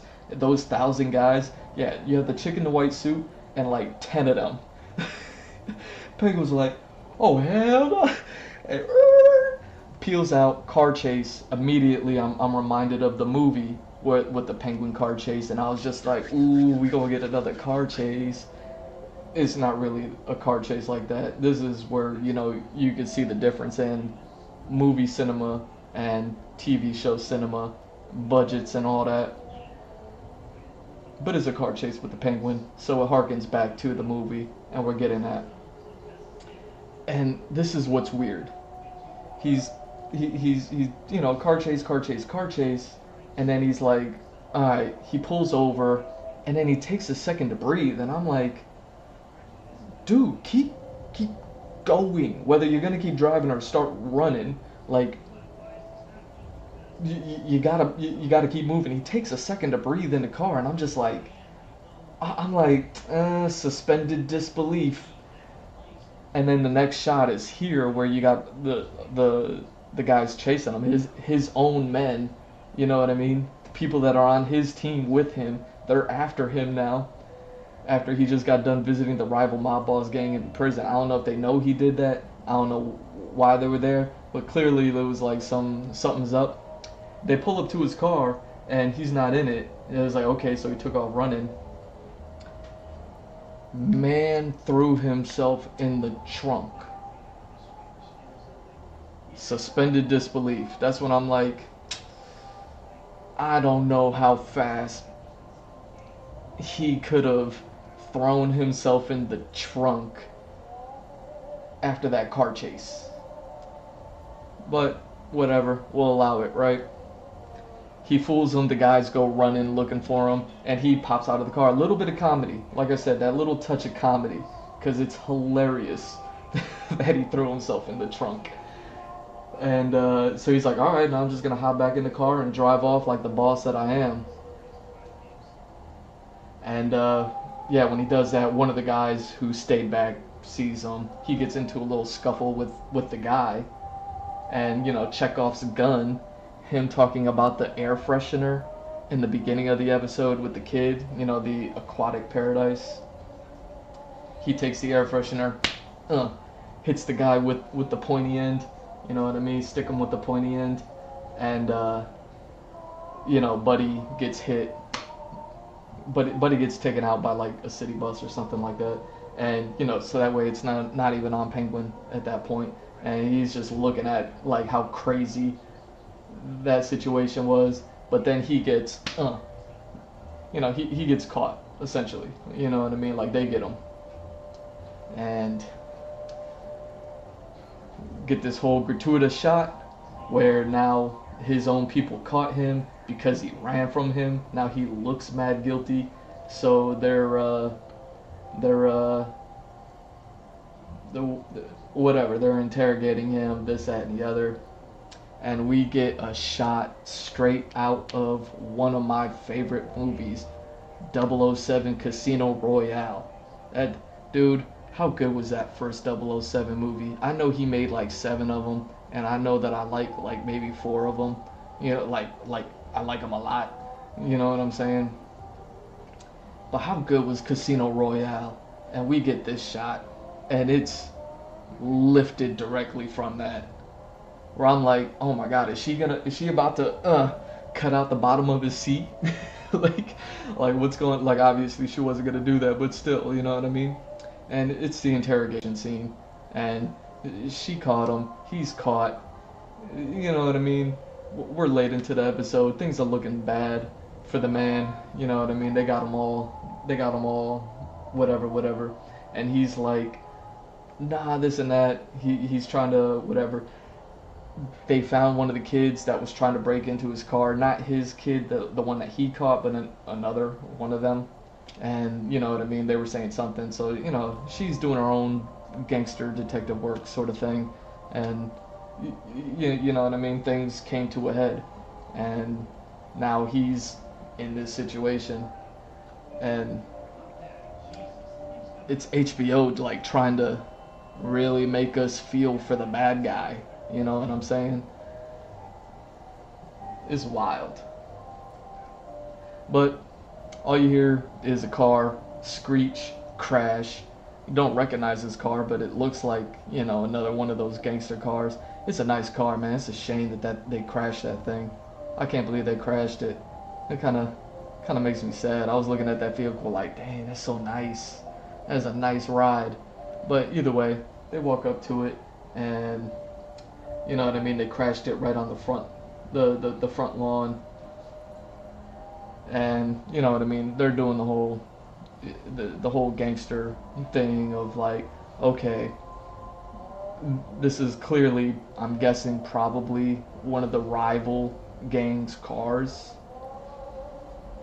that they would have had to have stolen, and you know what I mean, send it over here because the new boss that's been missing, that, you know what I mean, that Penguin did his thing, body's in the trunk. So now, okay, that body that wasn't accounted for, that we never saw get pushed into the harbor like it was supposed to be done, like he was planning on doing, they used it to set up the rival gang. So now we have that body is accounted for, that ring is accounted for, Penguin's playing his game, and now it's like we know what season what season 1's gonna be about. And she starts screaming because she sees her brother in the trunk of the car, and you know what I mean, he's missing the pinky with the ring, you know what I mean. So now it's like, okay, it's the rival gang, they took the ring back, you know what I mean. Buddy in prison, he's all like, oh, how'd you get my ring back? Like, oh, you know what I'm saying. So he's laughing. He gets away scot-free from it because it's like, okay, Penguin, you didn't do it. You're safe. You're good to go. And you know, he goes and levels with this kid again. They're talking about like what he did. So apparently it was the kid who he let go. He went to go get the car, and we found him trying to steal the car in the beginning, or steal the rims or whatever. But either way, car theft in one way or another. So it's like, okay. Like that kid went, stole that car, and like he set that whole thing up to drive the car in and bum bum bum. So Penguin and this kid are now like ride or die bros. You know what I mean? On this mission, on this new mission that Penguin's on of this power grab that he's doing, and this is all stuff like not this specifically, but this is all stuff that when I was like, okay, when the Batman Part 2 or the second movie, the sequel to that movie comes out, we're going to see a Penguin that's on top, and he would have got there by doing things like this. And that's what makes this show so good, is that they're showing us what he's doing. It is some real scumbag stuff, but they made a good show out of it. And so yeah, him and the kid are talking, leveling, and again, I'm just feeling for this kid, because I'm like, oh no, he's in for so much trouble. And closing shot, you know what I mean? It's great. It's Gotham, and like I said, Gotham was the best part of the movie to me. You know what I mean? Like sparkly vampire Batman. He's good. You know, Commissioner Gordon, I love that actor. You know what I mean, from Westworld and the Hunger Games, I think. And then you know what I mean? So he's good. It's just all around good show. But yeah, so this is last shot, him and the kid, and Penguin just got away with it. And yeah, let's see where we at. How long did that take me? 90 minutes. 90 minutes to break this stuff down for you. That's what's up.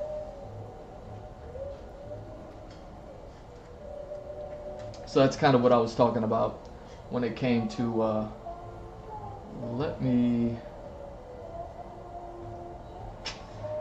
do this.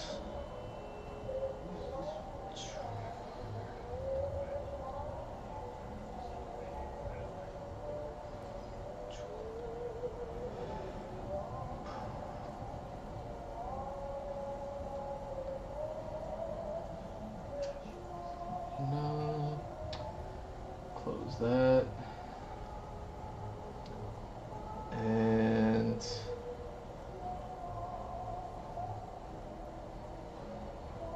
boom. And we are back.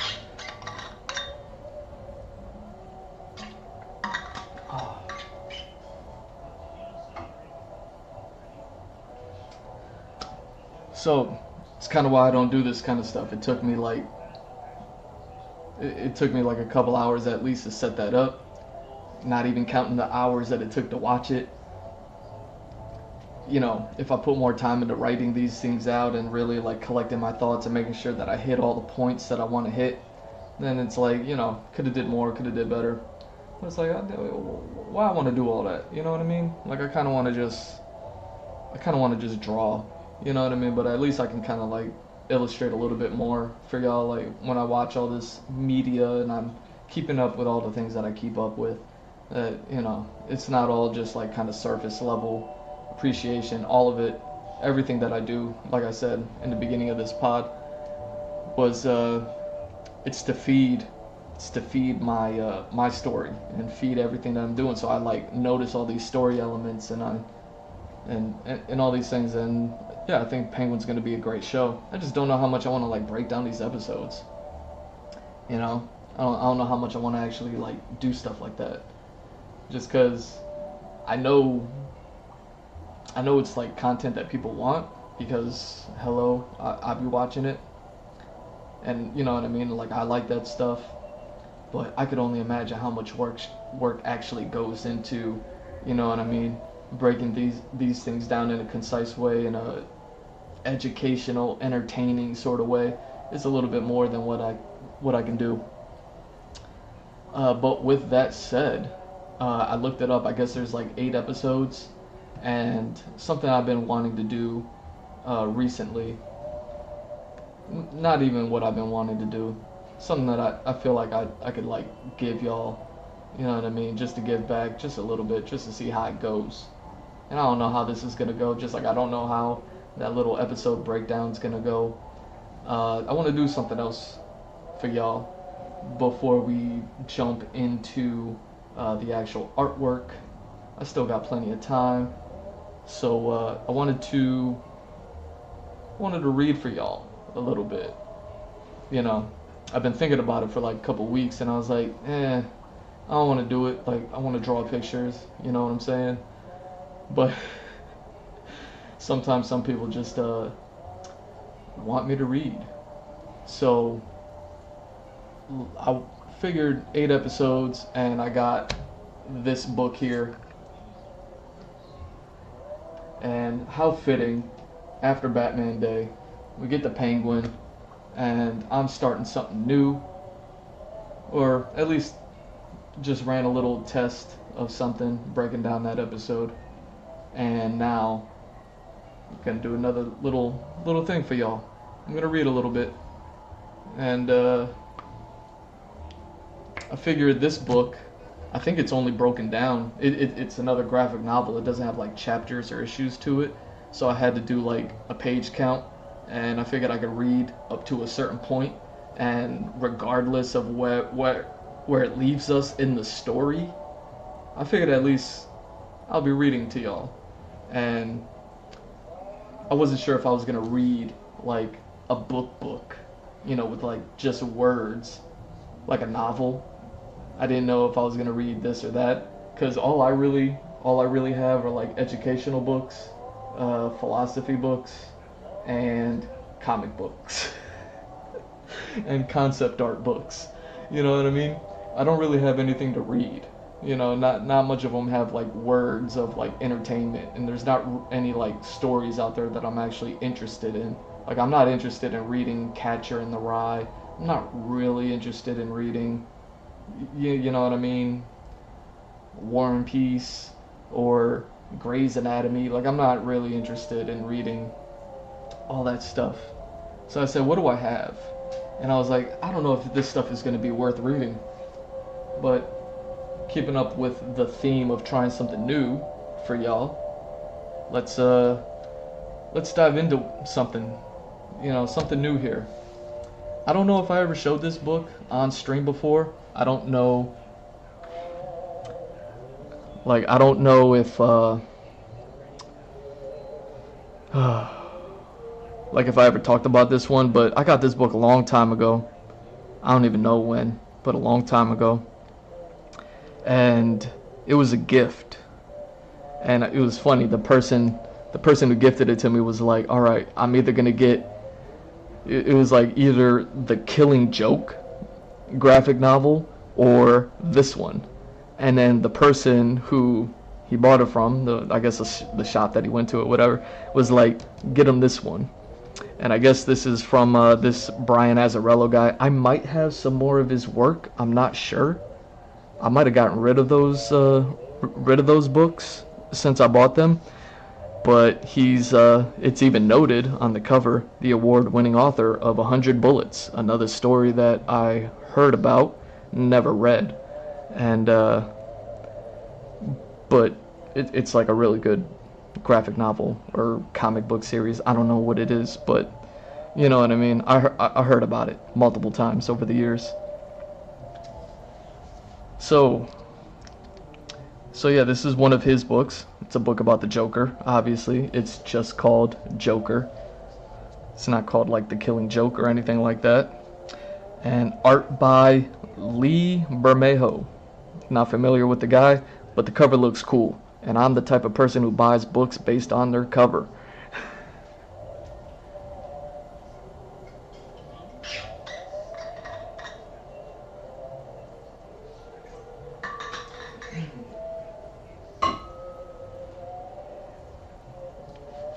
One thing I don't like to do is read with the jacket on it, though. You know what I'm saying? So I always take that jacket off whenever I start reading these books. And it's cool. This one only has engravings on it. DC went through this through this phase where they were just kind of engraving on their books like this. I got a whole bunch of new 52 books that same thing. They got the case cover on it, but once you slip that case off, it's just like an engraving on the cover. It's pretty cool. And this is one of the panels from the comic. I remember this panel specifically, and what it is, and what part of the story and all that stuff. It's a really good book. It's interesting. Like I said, I got this one a long time ago, and it's a Joker story, so naturally you think, well, let's just dive into it.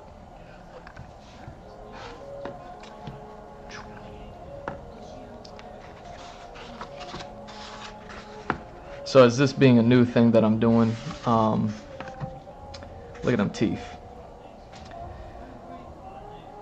I looked, Penguin's going to be about 8 episodes. I divided this, basically kind of divided this book into 8 parts. So like I was saying before, if like I get like, I don't know, 100 views on this video, I'll break down episode 2 maybe. You know what I mean? And give a little bit of commentary, a little bit of, you know what I mean, a little bit of my thoughts on these things, despite the fact that it took way too much time to set up and execute. And then I'll read some more from this book. You know what I mean? We're just trying things out here. Oh man, look at that glare. I didn't think about that. Oh no. Look at the glare on that thing. Hopefully that's not going to be too crazy. I wonder if I could do this. Like how much can I darken this thing before it becomes too dark? Okay. I'll see what this looks like. Oh man, it's mad dark for me. It looks eye on screen, but it look mad dark. It look mad dark for me. I don't even know if I can read this. We'll play this by ear. Sorry for the glare. I didn't even think about that.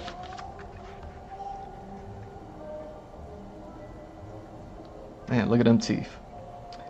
Joker. Brian Azzarello is the writer. Lee Bermejo pencils and covers, and he inked certain pages in here.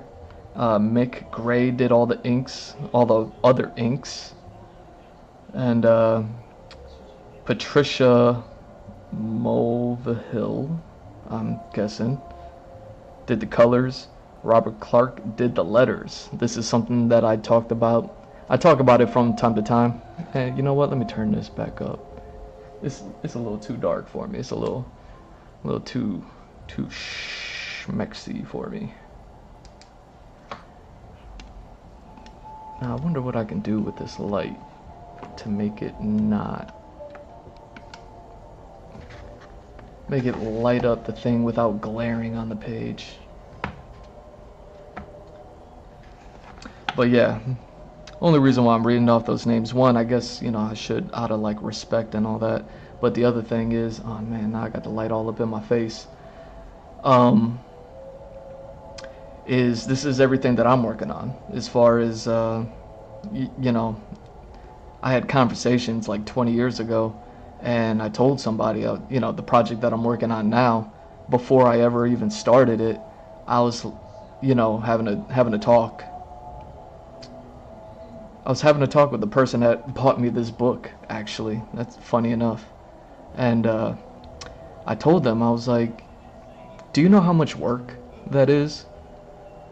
You know how much work I would have to put in to write, pencil, ink, color, and letter my own original story? And I told it, you know what I mean? I like researched it real quick, and I showed them. I was like, it's like 6 jobs minimum. That's not even talking about publishing. You know what I mean? and whatever else that would need to happen in order for me to have a product for people. Let me see if I can bring this down one. There we go.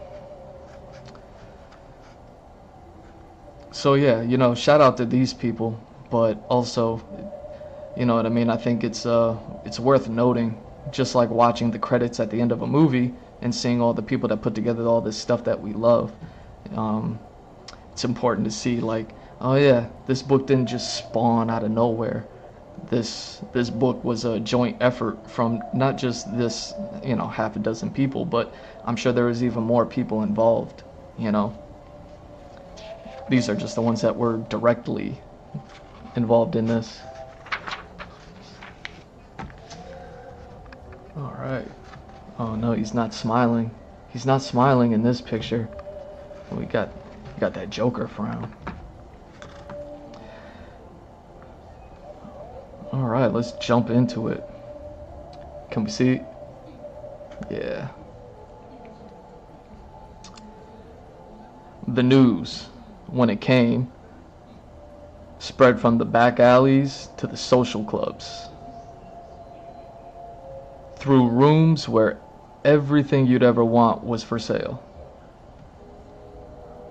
to the confessionals where it was all paid for. It spread like wildfire, or more aptly put, a disease. Dang, what news is it talking about? Who's talking?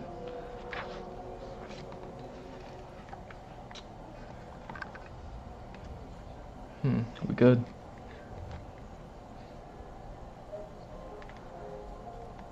Someone's got to go get him, Monty. That's what he is, I guess. A disease that infected Gotham City, of which there is no cure. Okay, who? If no one else got the stones, I'll do it. Huh? Be my guest. Throw some of the keys. Who are these people? Takes the keys. He was a disease that got somehow. What? Okay. He was a disease that somehow, with the help of God or the devil, pick your poison, had convinced his doctors he wasn't diseased anymore. The news spread. I don't know the particulars. Still don't. As to why. But he was. What is he talking about? I don't know the particulars. What are you talking about? It's just posted up in front of this gothic building. Oh, snap. Money shot. The Joker was being released from Arkham Asylum. You know, you always gotta wonder about those sort of things when it comes to Batman. Be like, how do this rogues gallery get released? You know what I mean? Like if it's like Batman catching them in the middle of doing their little crime thing in their costumes, and then they're getting pinched in their costumes and, you know, sent to Arkham. Like when they get released, like what happens? You know what I mean? I wonder if they just get released in the same outfit they were wearing when they got caught, when Batman put them there.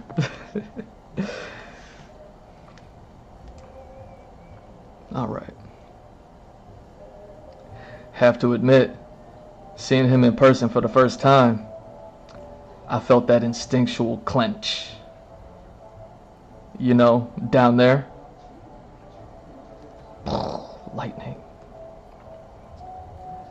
But then he saluted the city, which put my mind among other things, at ease. What is he? Is he throwing the? I think he's throwing the deuces there. I think that's a peace sign that he's that. He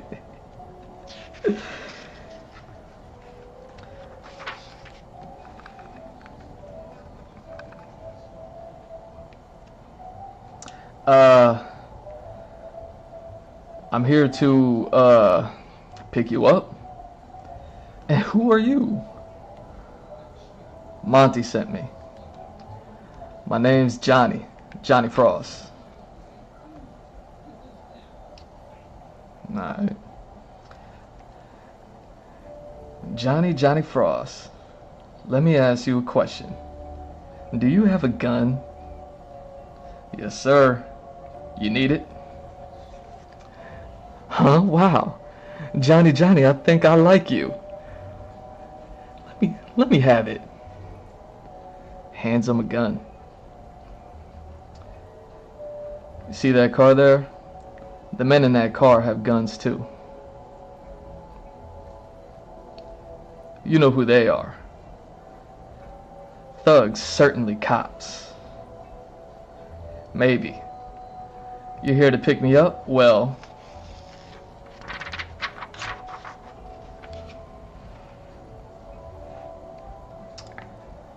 they're here to put me down. Open your trunk. Yo, off rip. Off rip, Joker is like... That shovel you have? How'd you... Wrap it in a blanket and hand it to me. Takes the blanket, wraps it. Thank you. I'll ride shotgun. Yo, Joker, come on, man. The men with the guns followed us at a respectful distance, away from Arkham and across the Wayne County Bridge. Dang, Bruce Wayne got his own bridge. When we turned west, and they kept going north. They blinked. He giggled, or cleared the phlegm out of his throat. It was hard to tell. Oh no. There was a place he wanted to stop at.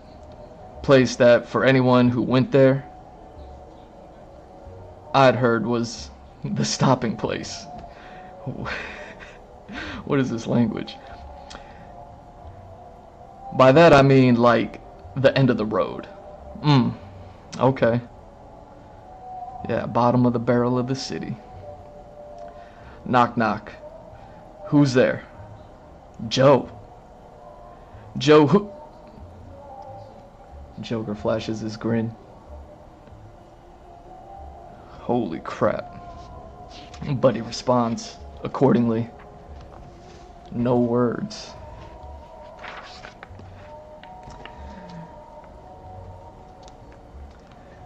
Johnny, you look nervous. I do? I don't mean to. I mean, I'm sorry. Here. Little less nervous? A bit of advice. Don't ever apologize to no one for no way you look. Wait. Hold on. Don't ever apologize to no one for the way you look. Dang. Okay, Joker.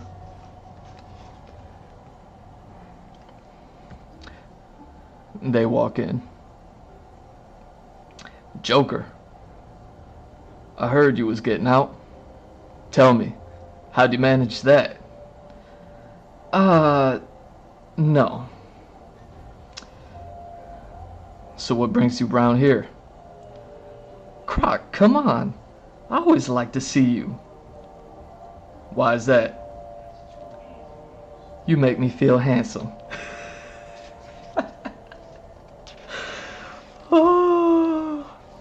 Yo, by the way, so I guess that's Killer Croc. Looking at him here, I always, I might have talked about this before, but maybe not.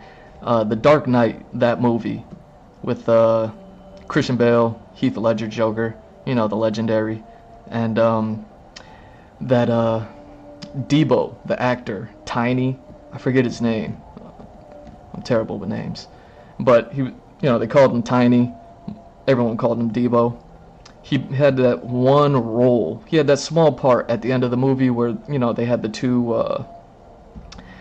boats with the bombs planted on them, and Joker was like, "I'm gonna blow one of them up," or y'all gotta blow each other up, and you know what I mean. If no one blows each other up, I'm gonna blow both y'all up. He gave him that whole thing, and one of the boats had nothing but convicts on it, and the other boat had nothing but like regular citizens on it, something like that.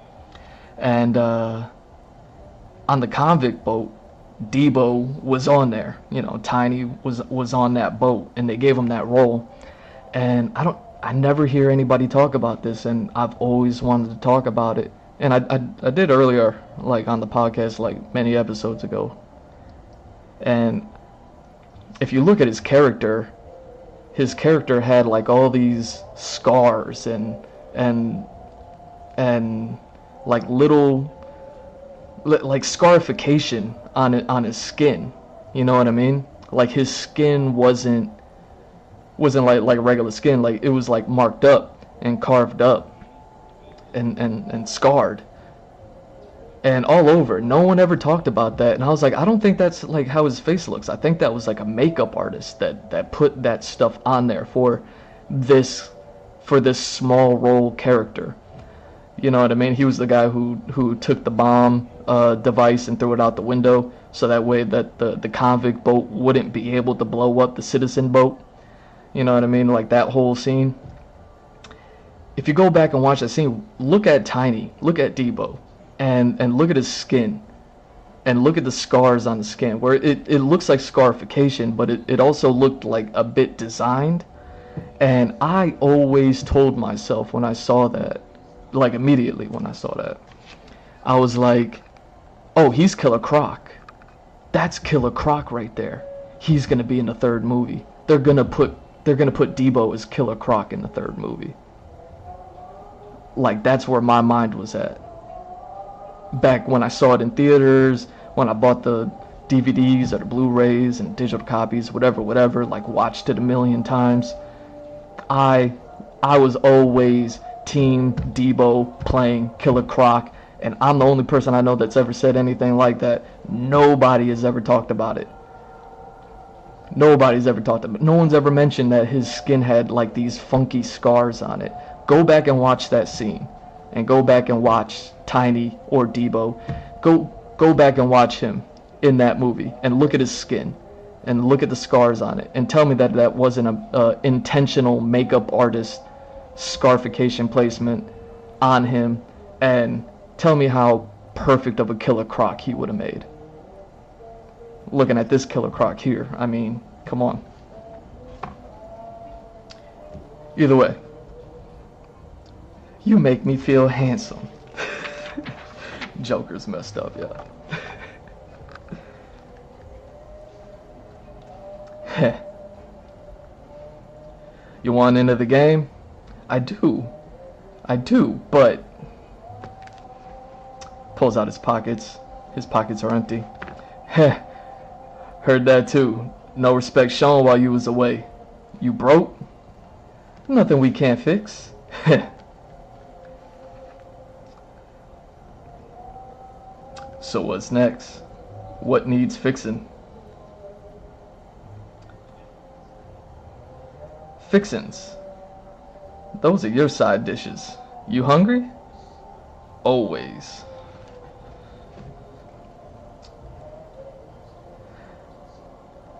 How about some rabbit? Pulls out his pockets. And the whole room breaks up in laughter. And Joker gets his ha ha ha ha ha ha ha in. You know, it's funny because his pockets look like rabbit ears. That's the joke.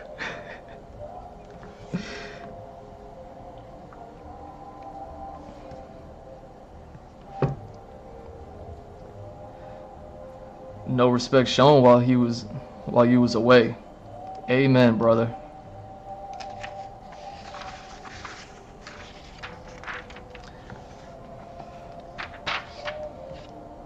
Looks like he went in for a big hug there. No respect while he was away, but immediately getting a respect to Killer Croc.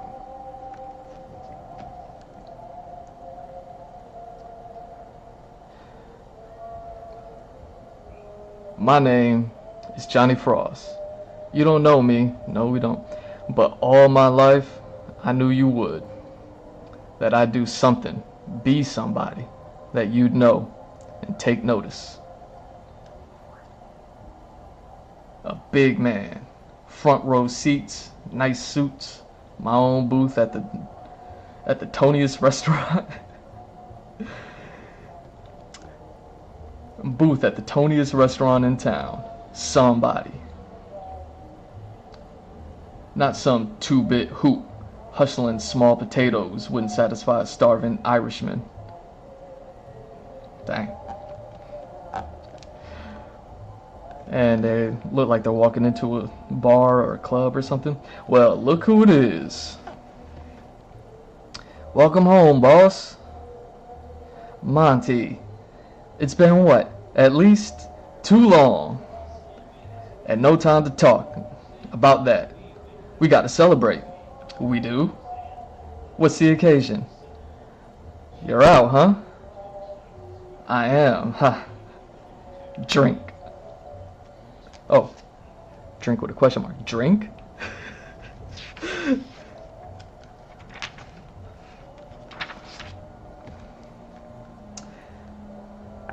Yeah. Takes a shot. Another. With a big old smile on his face. I've been to some parties in my days. And that's where we stop. So, like I said, I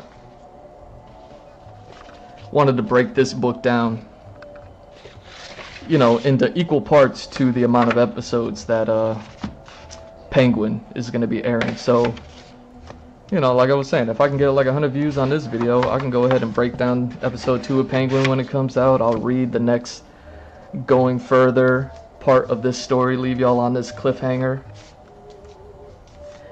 You know, with whatever happens.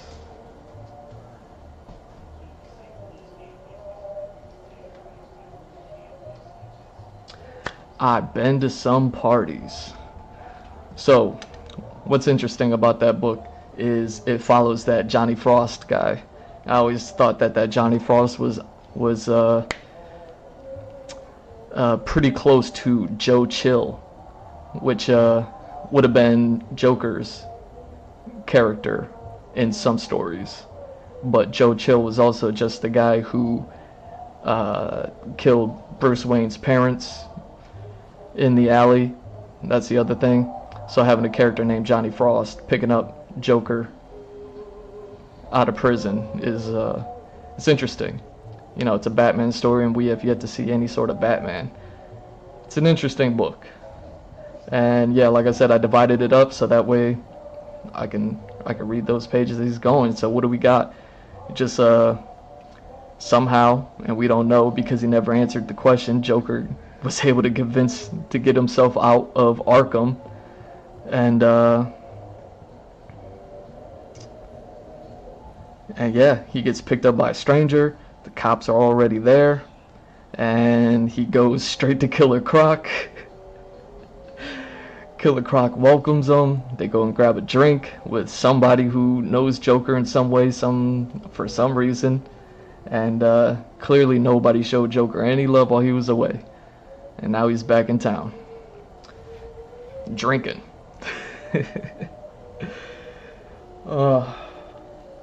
Cool. Now that we got all that stuff out of the way.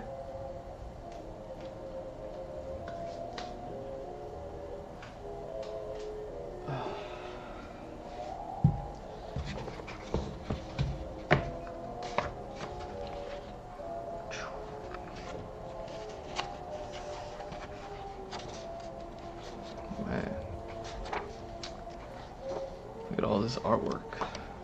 I haven't finished yet. let's get back to what I do.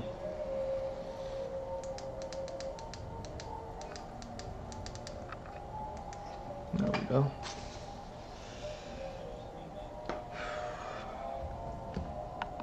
There's that. And let's set this up.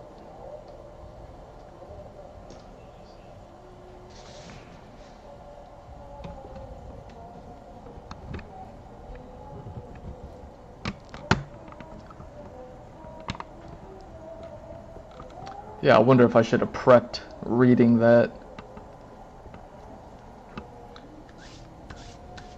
That way I actually knew what it was. Had a couple of fumbles there. It's weird.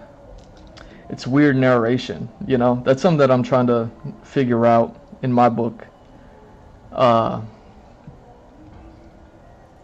Me being a big manga fan, comic book fan, and watching One Piece. And one of the main things about what makes One Piece so unique is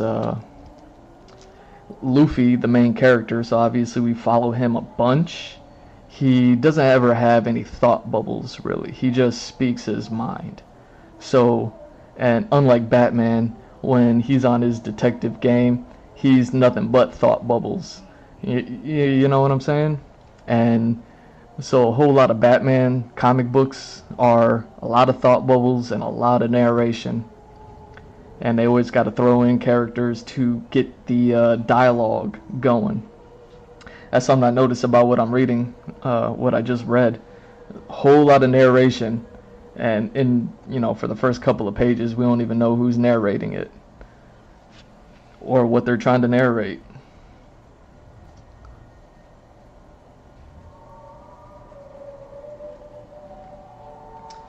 But either way, did I set up all my stuff for doing the art? I did not. Okay.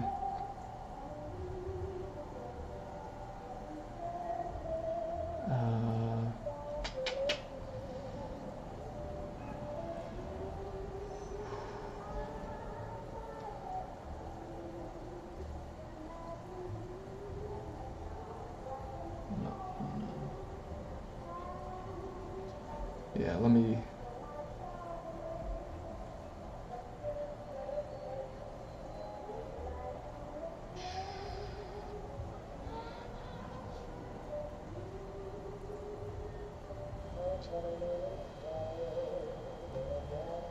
You know what? Let me set this up. Since I didn't pre-game to do artwork. Let me let y'all be for a second while I set this up. It's only gonna take like a minute or two.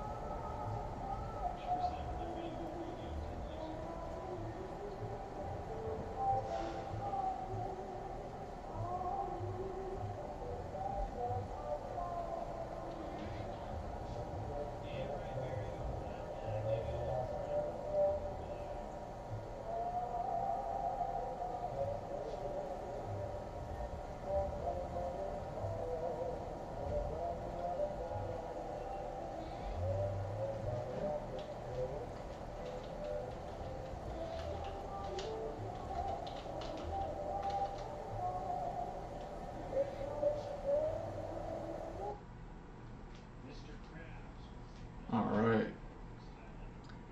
Let's see if this is the one. Is this the one? No, it's not.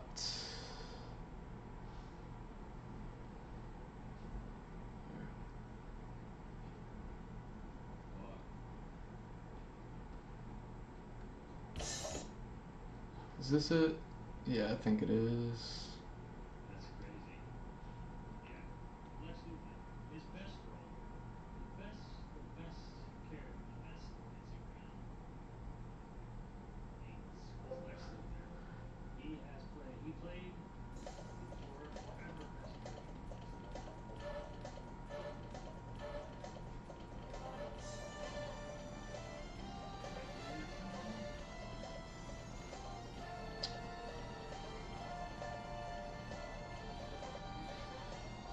There we go.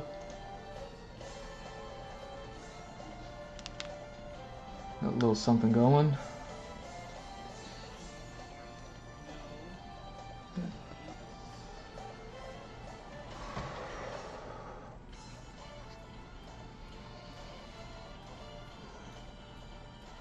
Oh, was that just a half-hour reading? Oh, at least a reading takes up less time than all that episodic breakdown stuff.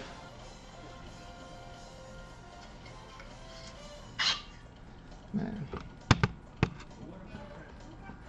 I need to refill my water.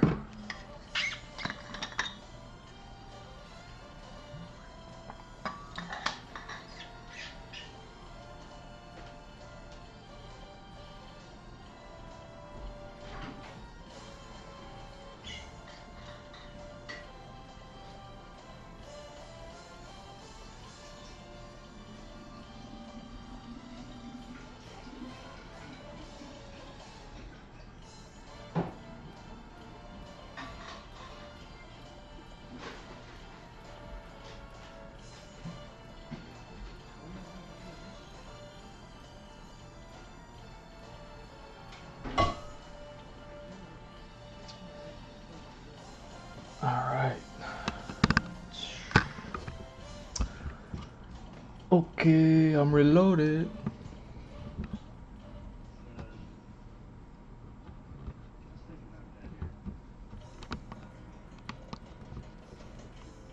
There we go.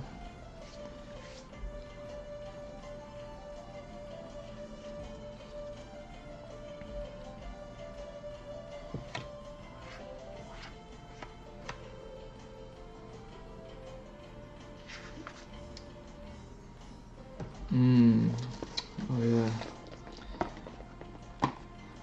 So yeah, I think I'm more or less done with that character I was working on the last, stream or two. I think I got enough information here. I'm supposed to be working on another character too.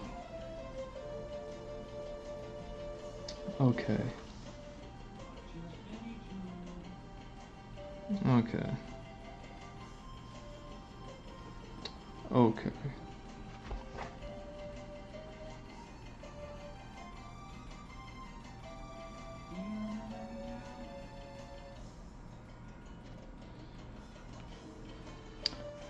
Alright. So we got... Oh wow. Trying to figure out the differences with all these designs. Cause I got like 2 more characters to work on for the sake of the continuing with the comic book pages.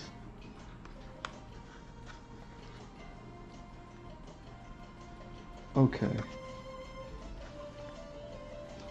And I kind of want to just keep it on the 1 page, so I want to like... Oh, okay.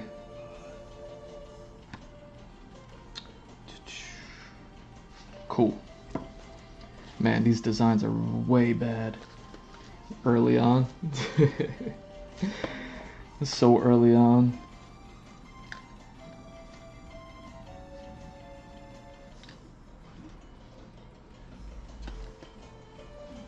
So I gotta fix them up now.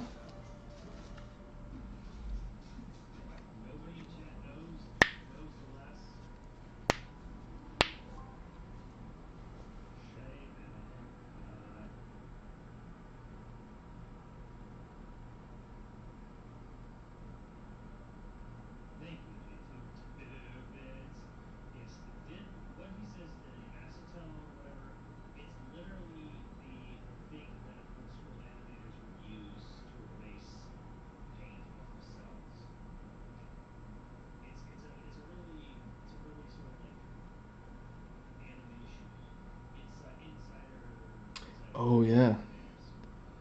Hey, I just remembered to update the thing to art now, right? We're not just chatting anymore. I think I tried to look to see if reading was a subject for you know, like a Twitch whatever. Like, hey, we're Twitch and we allow for reading.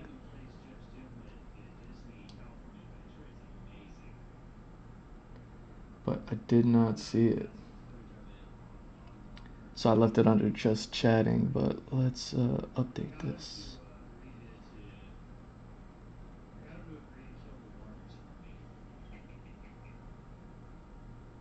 Boom. Okay, so now we're doing art.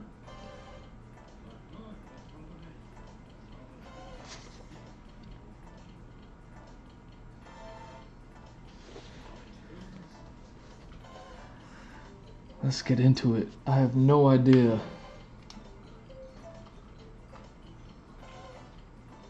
I have no idea what I'm gonna draw right now for these next two characters. I mean, I have so much information to go off of now. Let me reminisce for a second.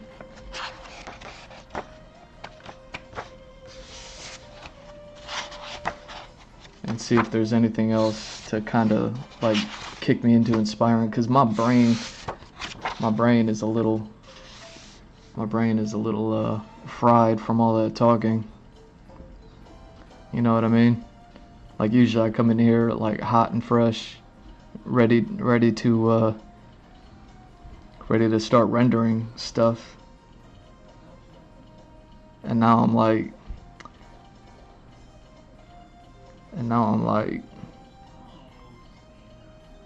okay. So we got basics. We got up there's.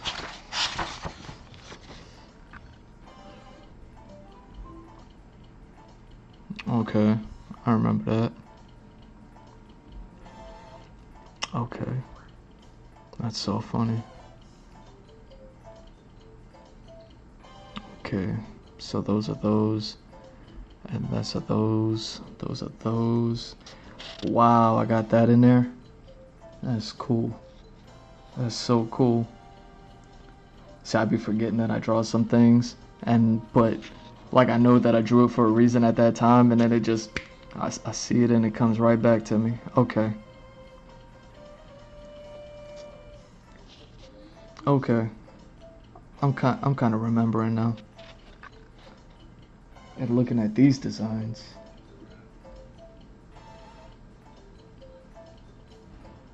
Okay, I'm gonna have to figure this out.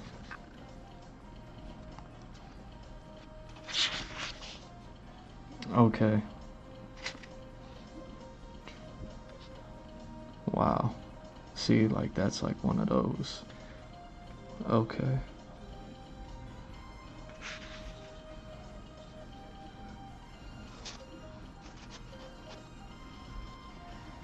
Okay. So between that and then these, it's so appropriate. Okay, and this is them. So looking at this buddy.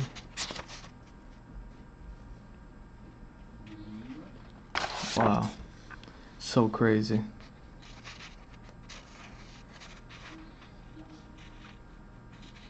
Okay. Cool, sorry about that. Had to take a little trip down memory lane. So he would be without that. Oh, where's that one drawing?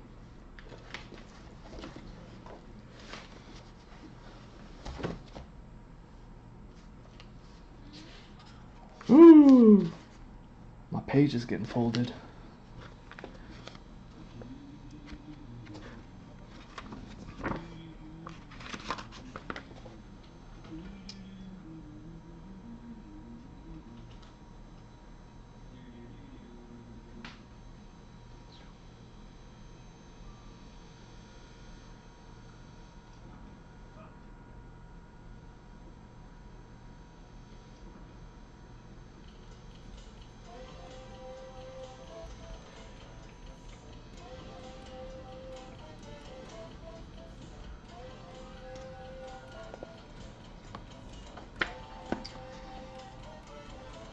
Okay.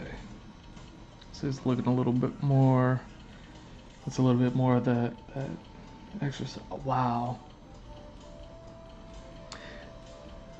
See, I can show you this one because, like, this is from the old sketches. I'm definitely not going to be going with this design, but just so you can see, I can kind of remember I was like looking up Roman type stuff back in the day, and let me see, like that design there. It's like super wild where I'm looking at that and I'm like, oh my god, I gotta get from 0 to here, but to make that work. Oh.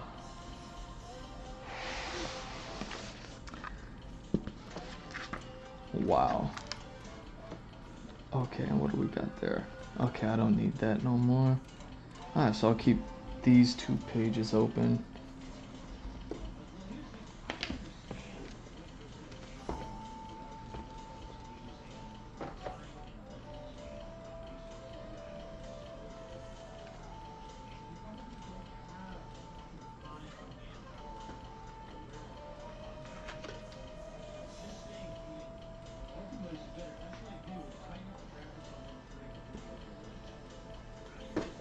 Let me see. I wonder if I ever showed this book publicly, because I wouldn't mind showing y'all this picture. I just don't know if it's going to give away too much, honestly.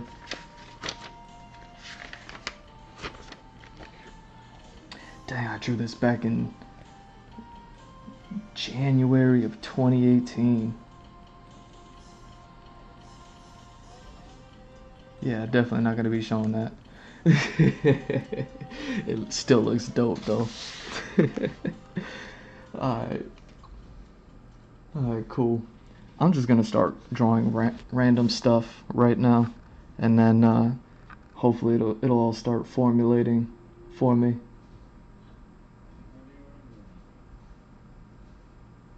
Alright, so there's that, there's that.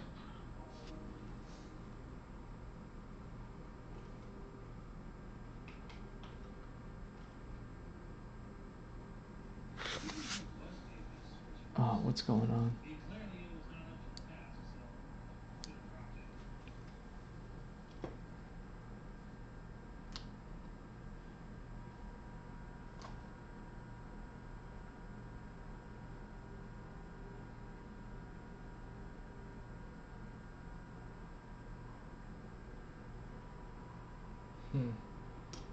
Wonder what happens if I just let it ride.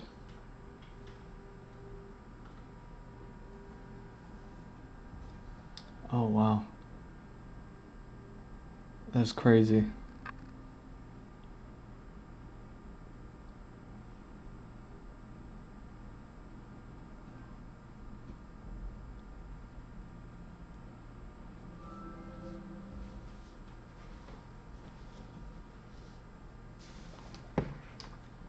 Why is it not?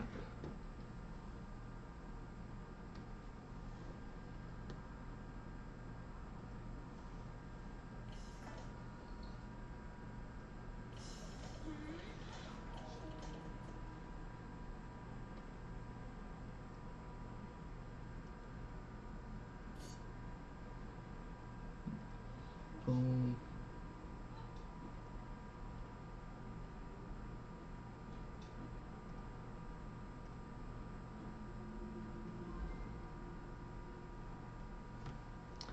Huh. This is crazy.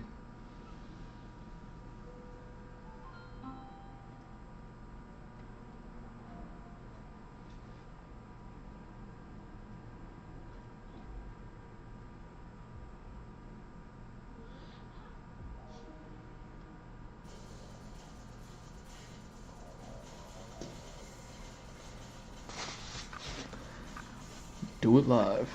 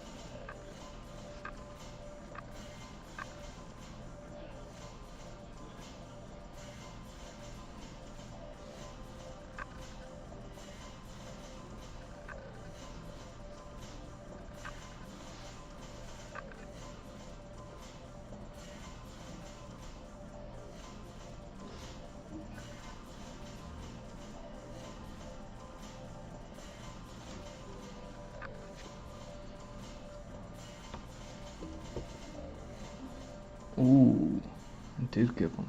I did give him that. Huh.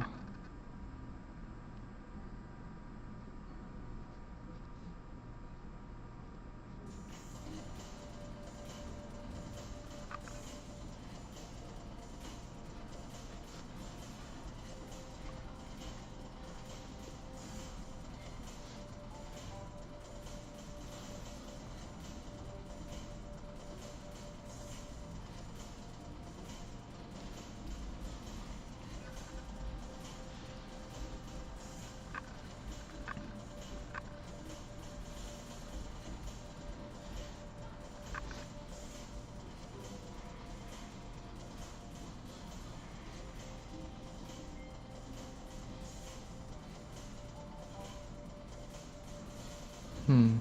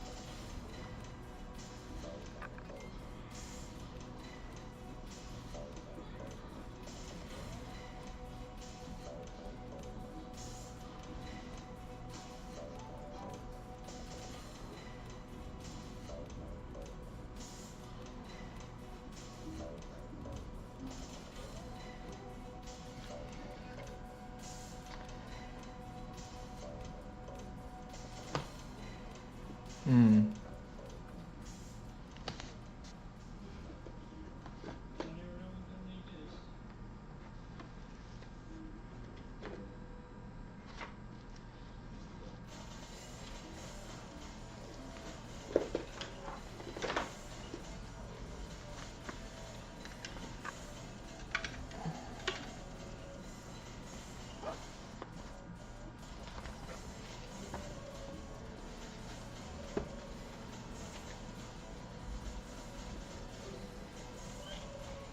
Here we go.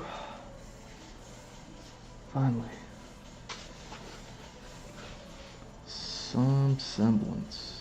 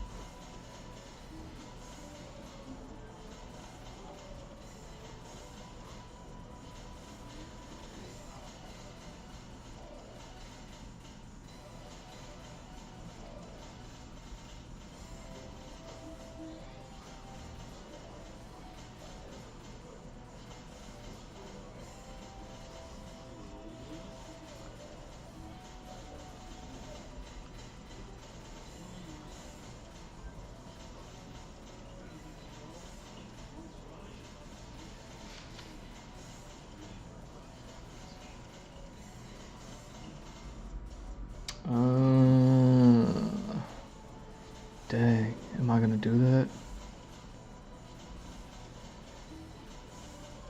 Dang, is that when I developed that style?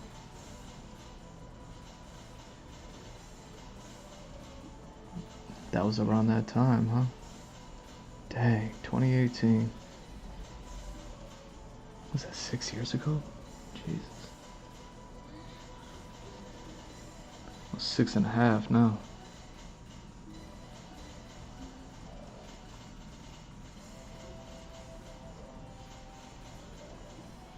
Wow.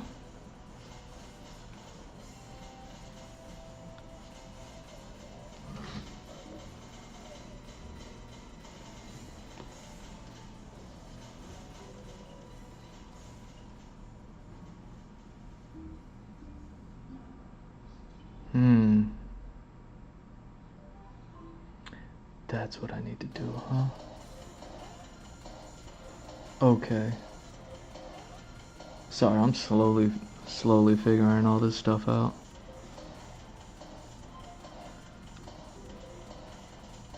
So if he's like that, and he's like that.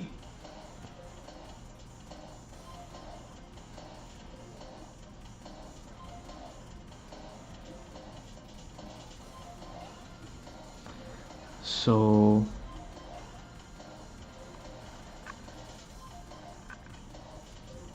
and he's like that.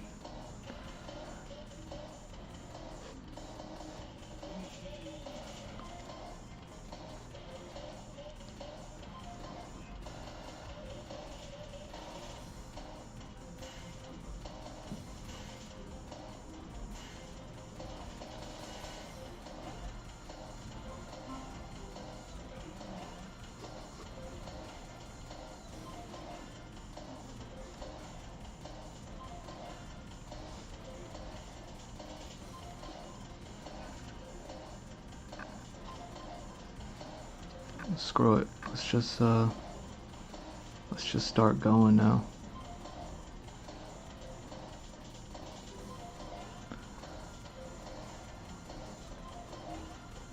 You know, some of these characters I got more sketches of than others, and some of them were I like changed the design here and there.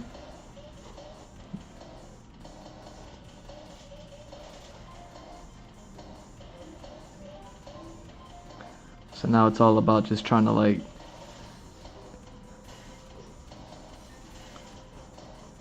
capture all those differences.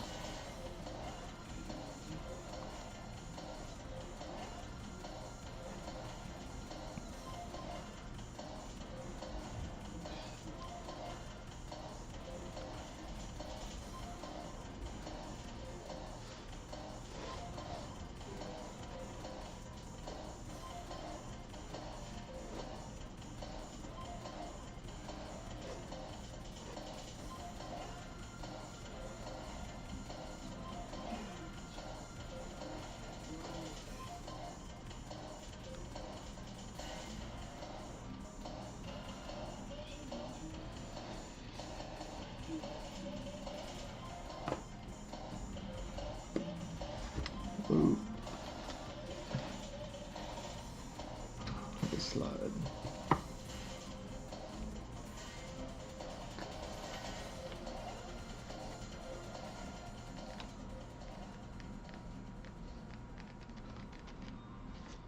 Really?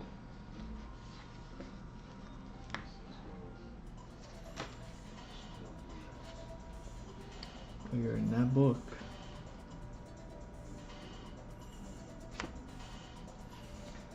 Okay.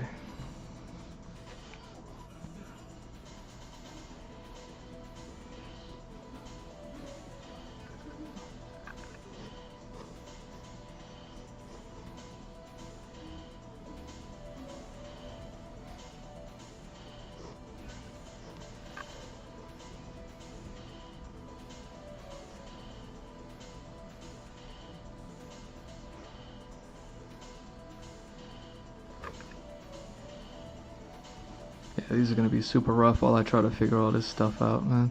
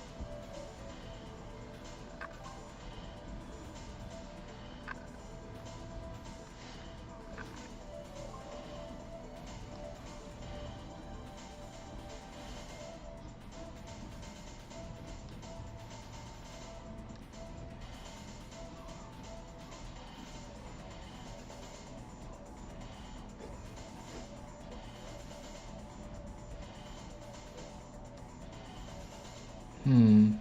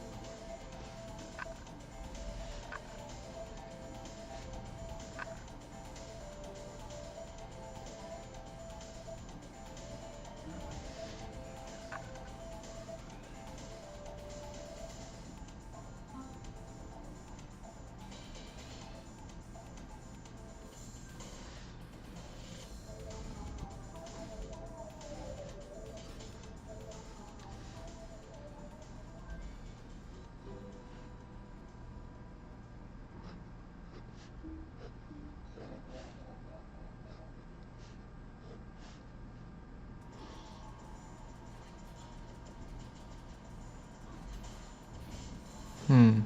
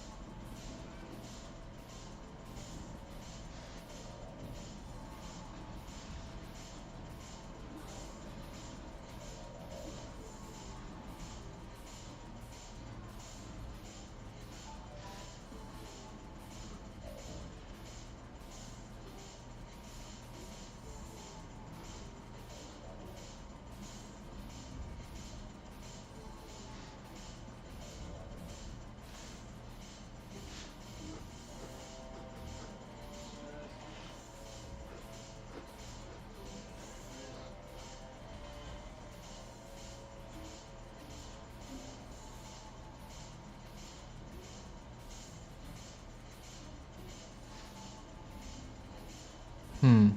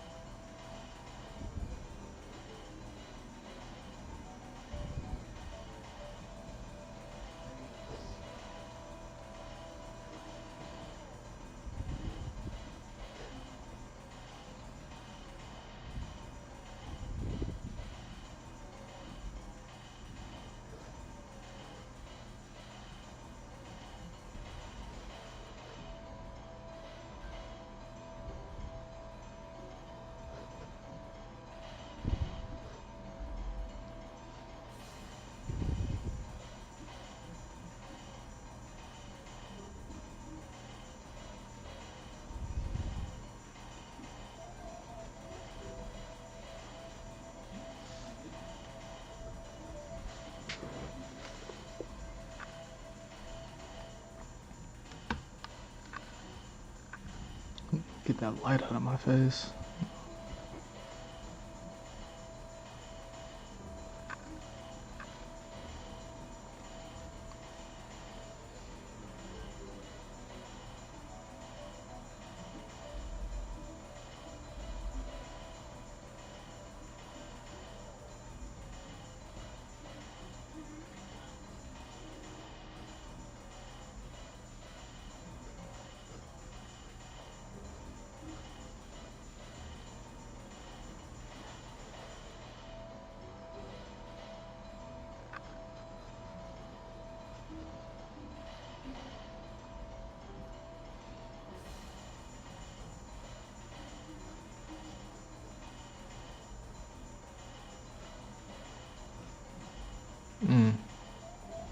Yeah, that's not gonna work.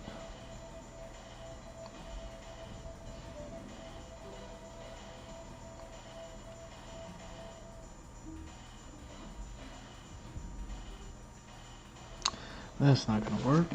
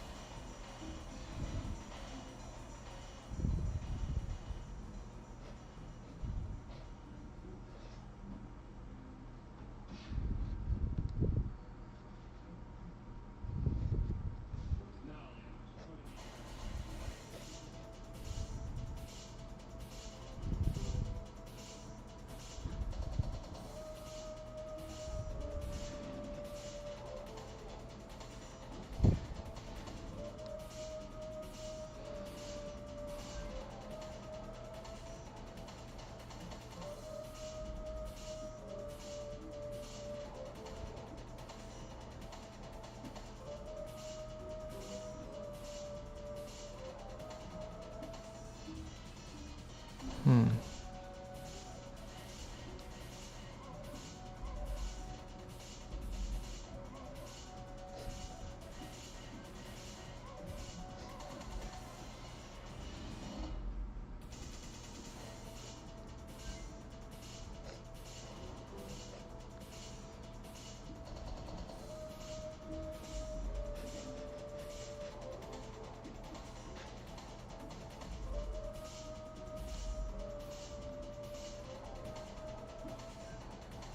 Hmm.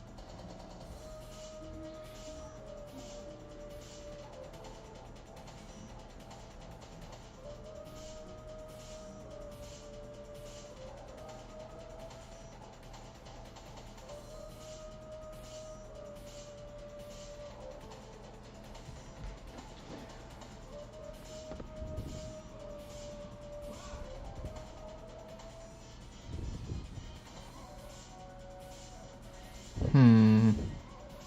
It's too complicated. I gotta simplify this.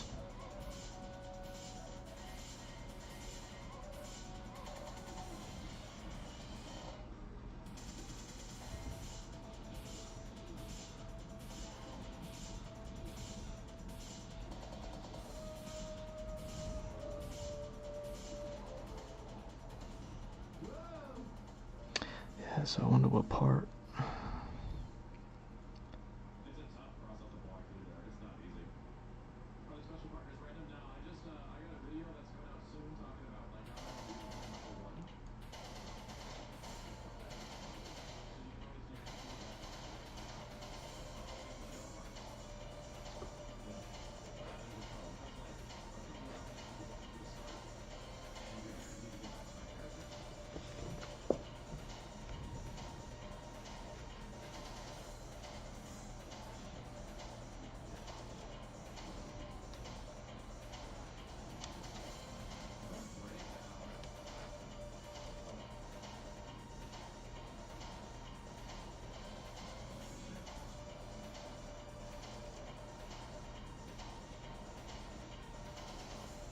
Yeah, I feel like he just wouldn't have that.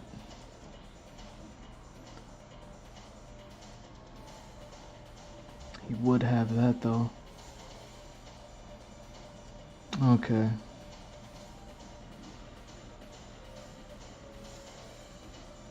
Wow. Okay.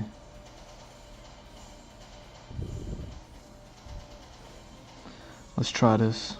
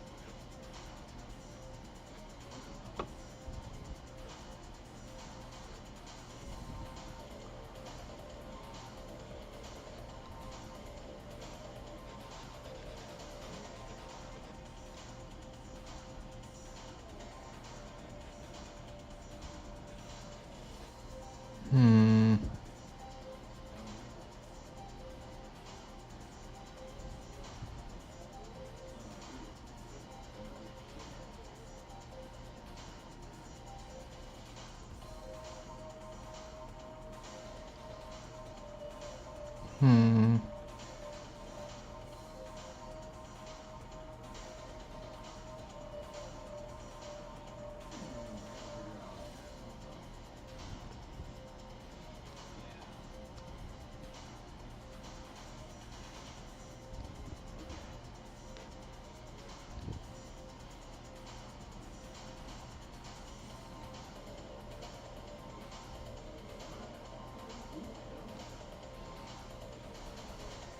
All right. That's what I did there, isn't it? That is what I did there.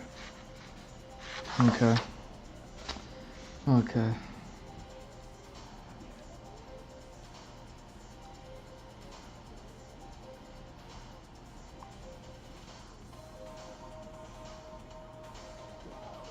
Alright. Let's keep playing around with stuff. Just gotta keep drawing.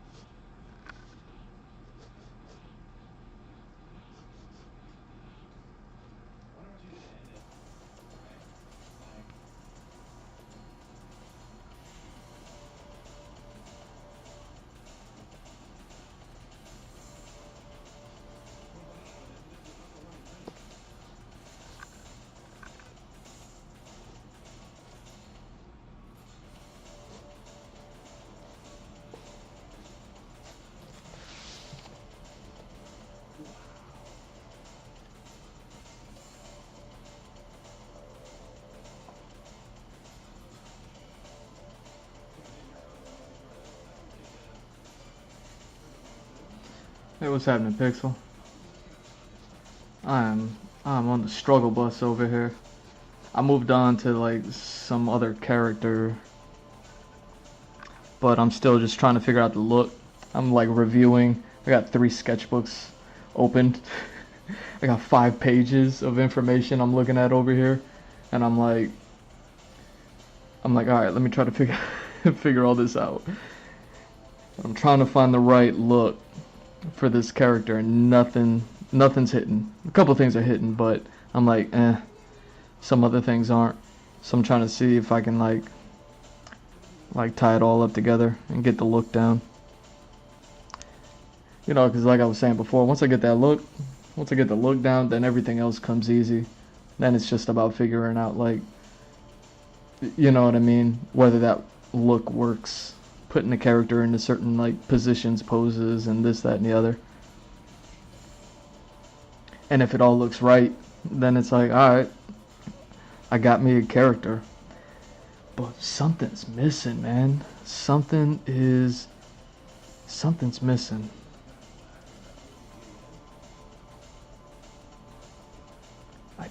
And I don't know what it is.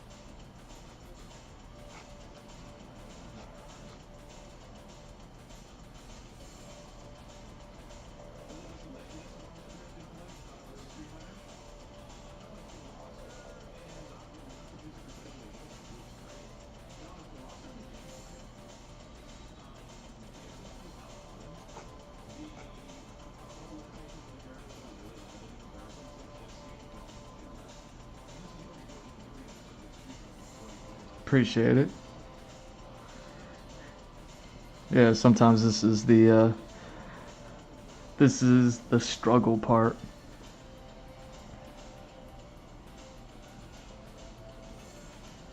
You know, sometimes I'll draw one thing and boom, just like that. It's like, oh, it all came together. And then other times I'm like, I just gotta draw like 100 things.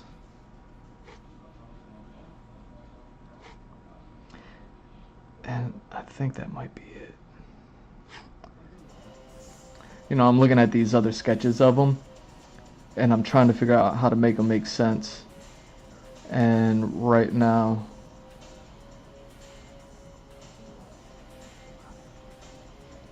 I gotta step away from that and just go with what my gut's telling me right now, even though this isn't what I had planned for this character.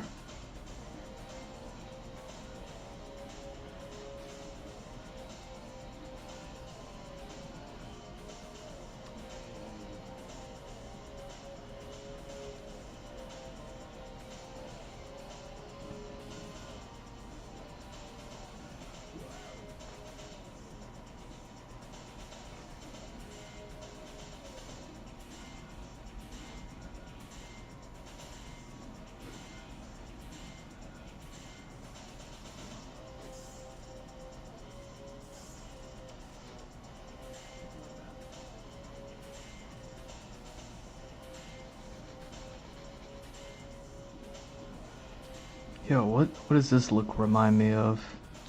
Let me look something up real quick. It looks reminding me of something. I wonder if it's this character.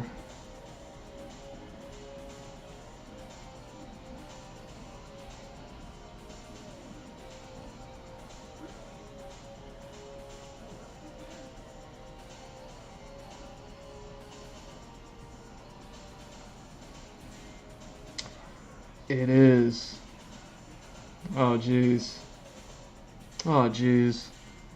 I gotta step away from that. Oh jeez. Okay. Okay. Cool. So it is reminding me of that character. I am gonna step away from that. And let me see what I can do.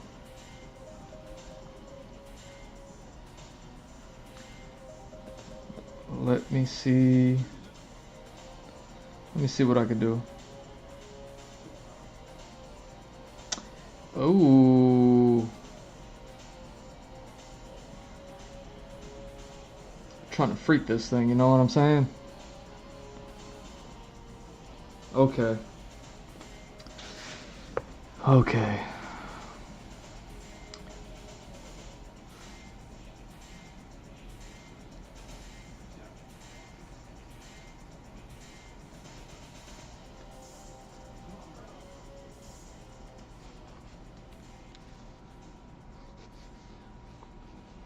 Hmm.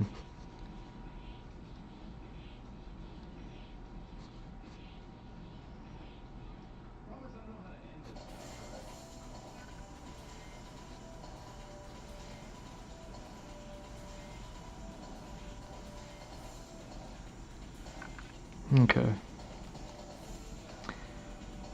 Yeah, let's just start drawing them then.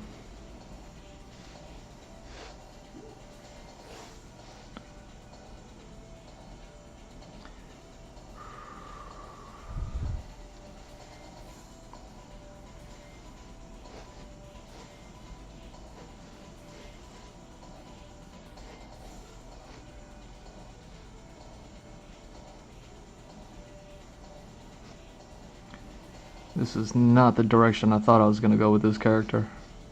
But honestly, right now I'm feeling it.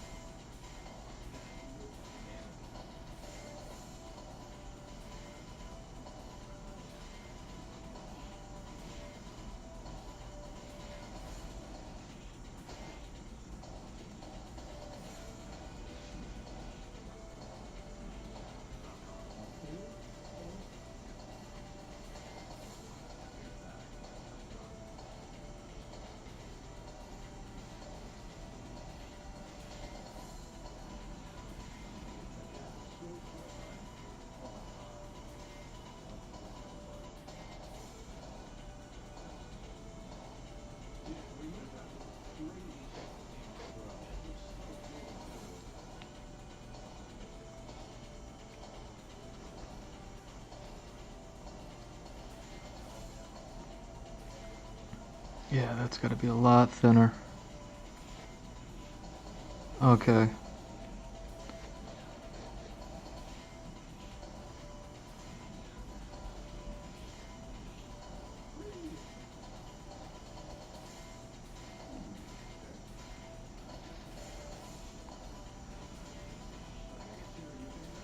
Yeah, I think this is it.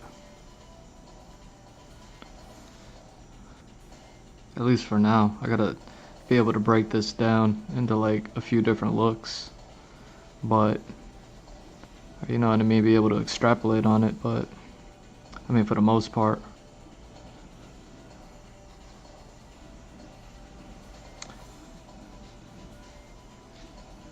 I think when I'm looking at these old sketches from starting from 6 years ago, I'm looking at I'm looking at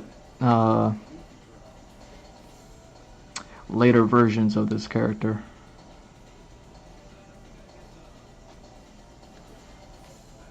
Huh. What goes on here?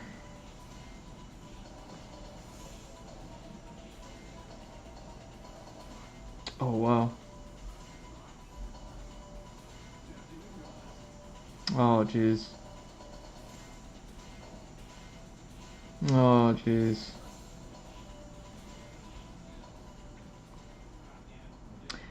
That does work out. Oh my god.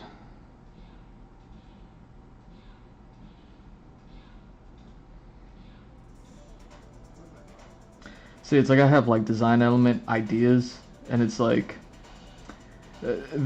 those ideas aren't working today after everything that I've done, like all the work that I've put in on certain things. It's like, okay, those things just don't make sense anymore from like where I was years ago. So, wow, okay. That makes a whole lot more sense. That makes a whole lot more sense.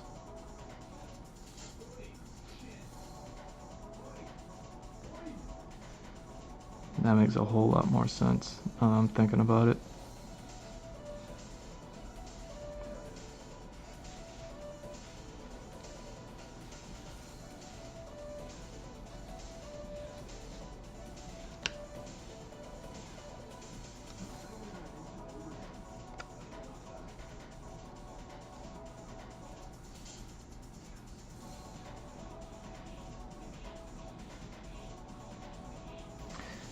Oh. Tied up here, tied up there. 1, 2, 1, 2, 1, 2, 3. Okay, there we go.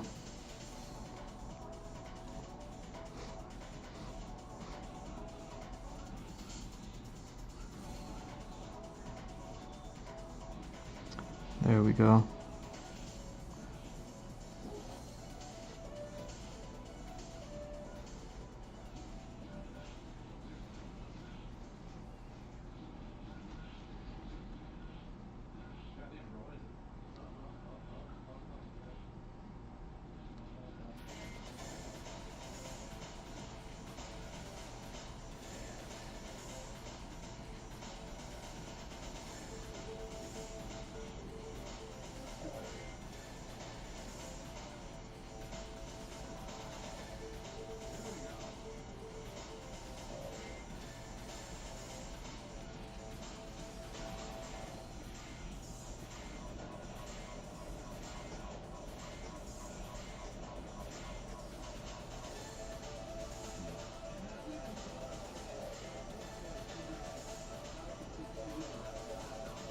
Okay. I think I got something.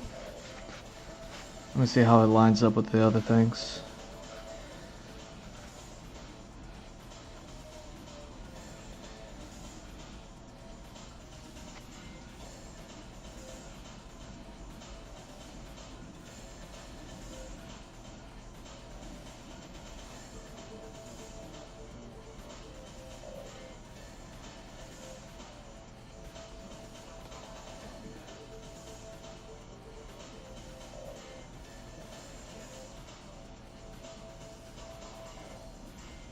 There we go.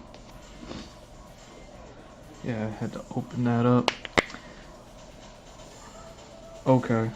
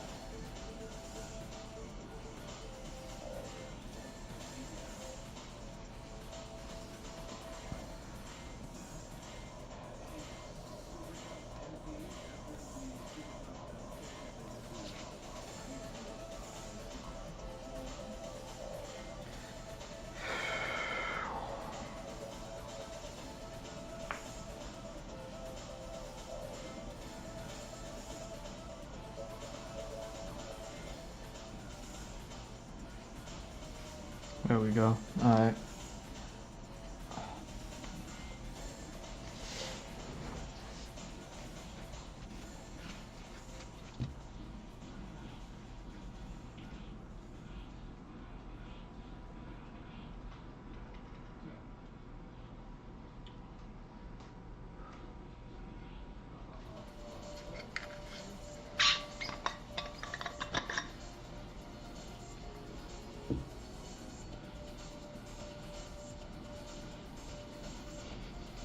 Yeah, thanks.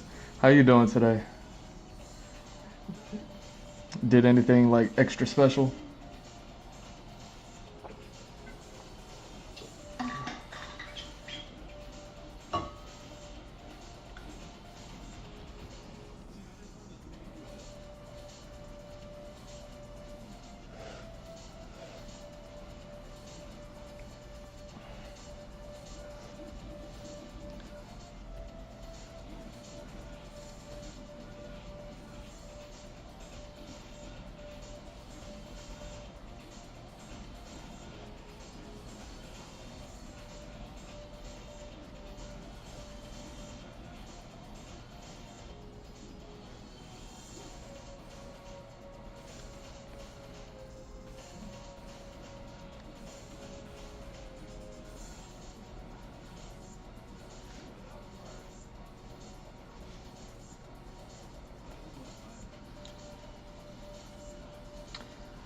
Nice.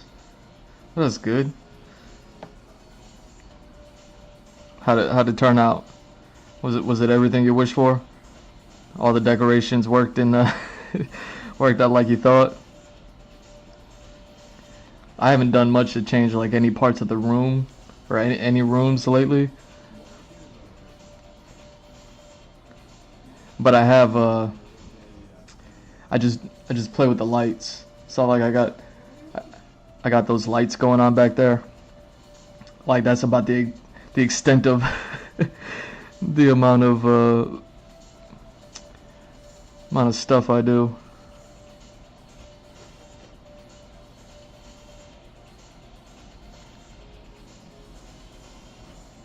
And it works out.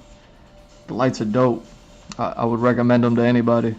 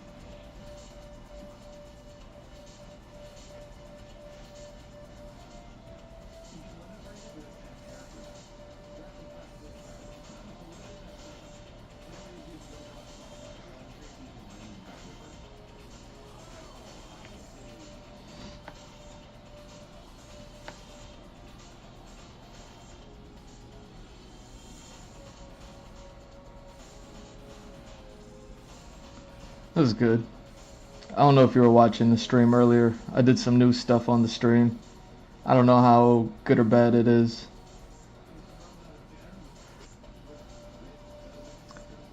I did a episode breakdown of the Penguin one. I don't know how forget even about like how good or bad I may have done it. Just the fact that it was done and it's a brand new show is making me question whether or not it's even doable. You know what I mean?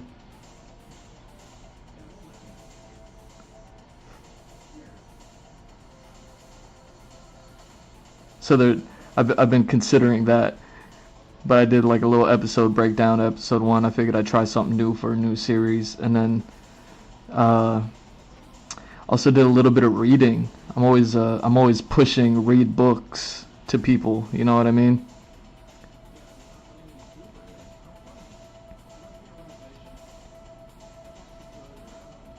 And since I'm always, you know what I mean, like I read everything. I got a pretty decent library, and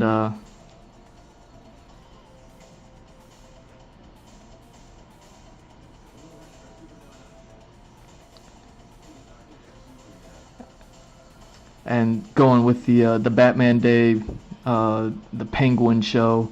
I read a Joker book. Started reading it. You know what I mean? I only read like a few pages from it. I think it was like 16 pages. It's alright. Like it went okay. Had some weird hiccups happen where like when I was breaking down the show, I had set up some visual reference and I had to like edit the images, and for some reason the unedited images kept popping up even though they don't, like I deleted them. So I don't know what was going on with my computer. It's like, oh, that's never happened before. I was like, this is what happens when you try something new. So embarrassing.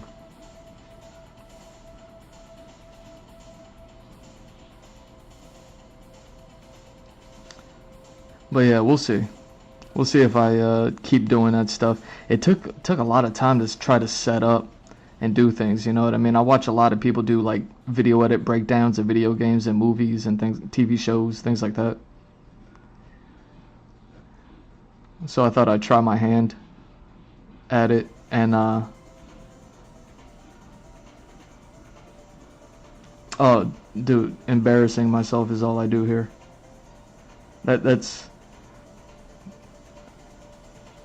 the primary that's the primary thing I do here. I mean, writing an original story, trying to do my best to create original content, and then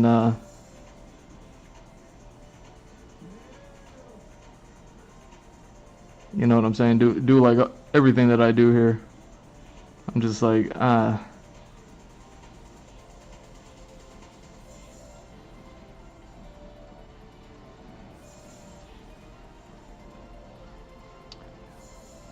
it's all embarrassing. You think after a few years it would go away, like you figure it out. I'm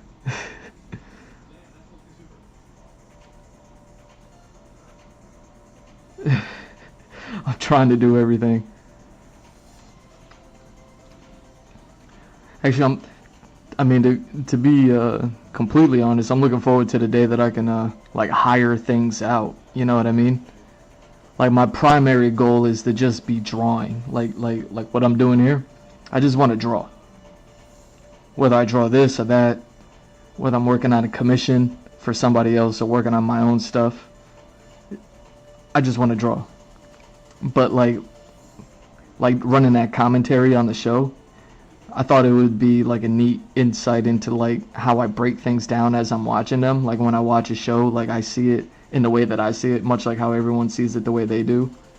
You know, like if there's a male character, a lot of guys will like see it from the perspective of the male character, and if there's a female character, the girls will see it from a female character's perspective. It's always neat to me to see other people break down shows because they're always looking at it from a different angle than I did. So, I forgot what the whole point of saying that was.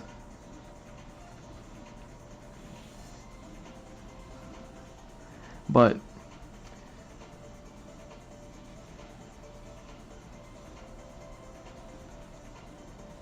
well, yeah, we'll see.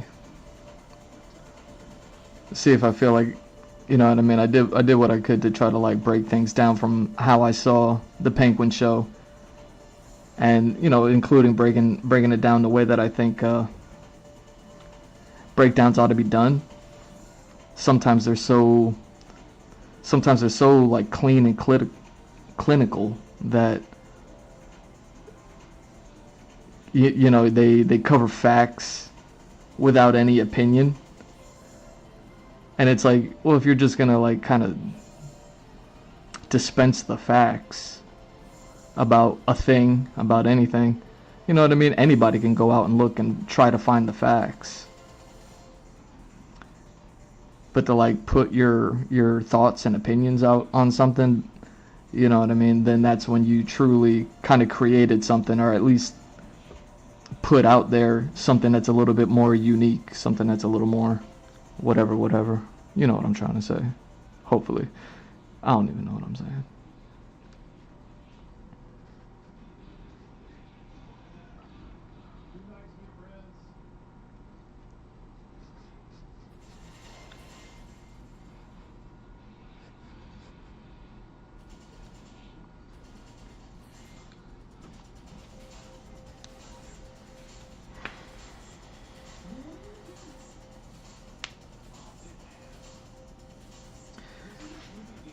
Yeah, I think this look kind of works.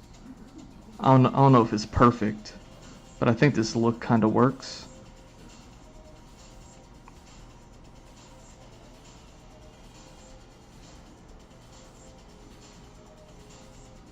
Oh yeah, about doing everything.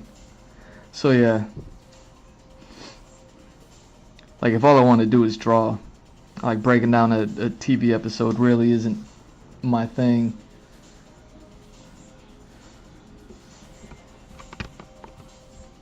And then I did it also earlier, before I started drawing, a little bit of reading.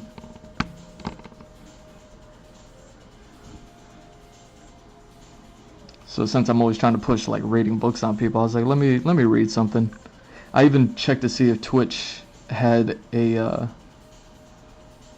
like a reading subject matter for like what the stream is going to be about. You know how it's like, oh, just chatting, or I'm playing this game, or I'm playing that game, or we're doing a watch along or something like that, or like podcasts and talk shows is another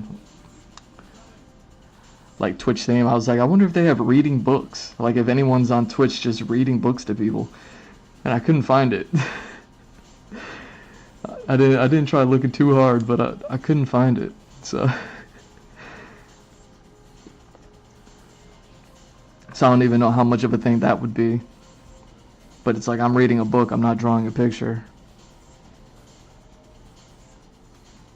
So it's just another one of those things. It's like, yeah, I could do everything, but I kind of don't want to. But it is fun trying new stuff.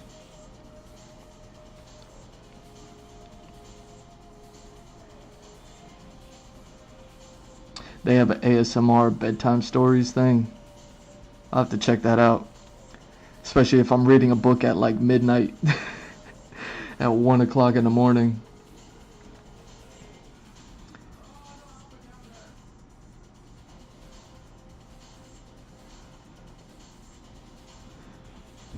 It was funny reading something out loud. Because all the reading I do is like in my head. You know what I mean? You just read stuff in your head.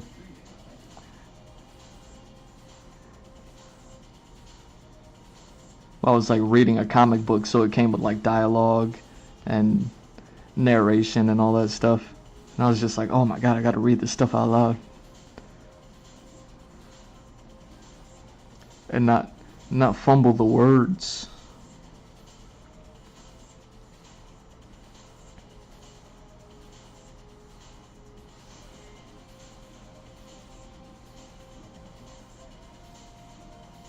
There we go.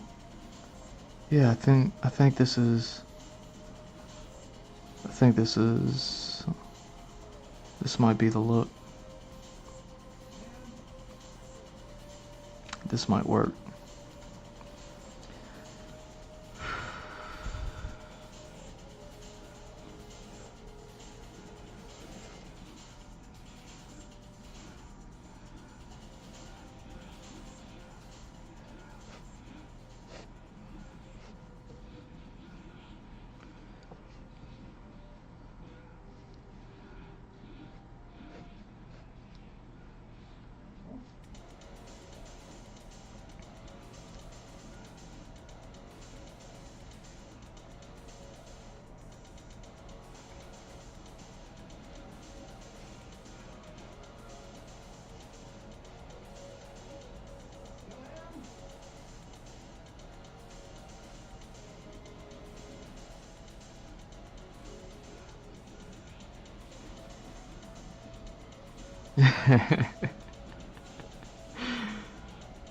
Thanks.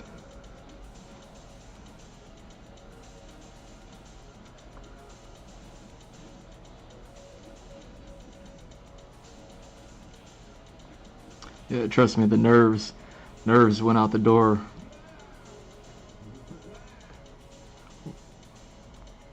I mean, I don't know how long after I started streaming, but streaming definitely just helped with that. Doing the goofy intros and outros and everything like that.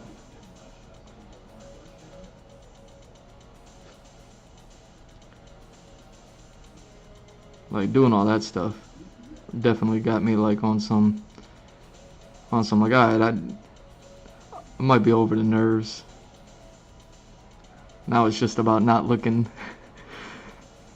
too bad. Yeah.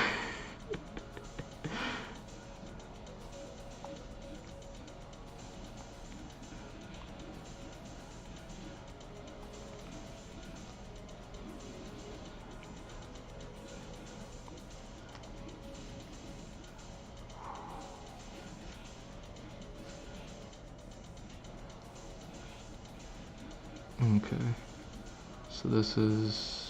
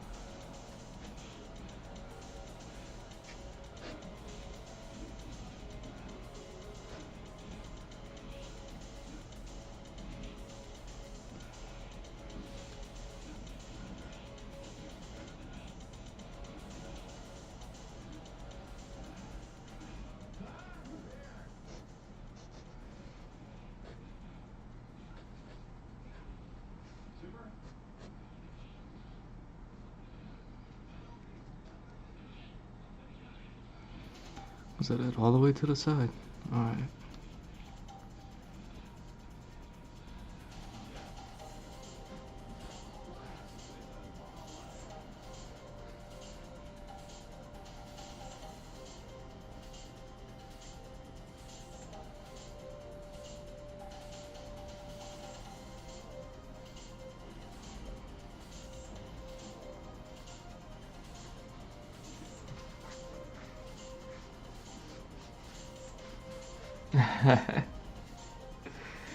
It's all good. I'm test to see how much trouble I get in. To see if my commentary is commentary worthy or if it was you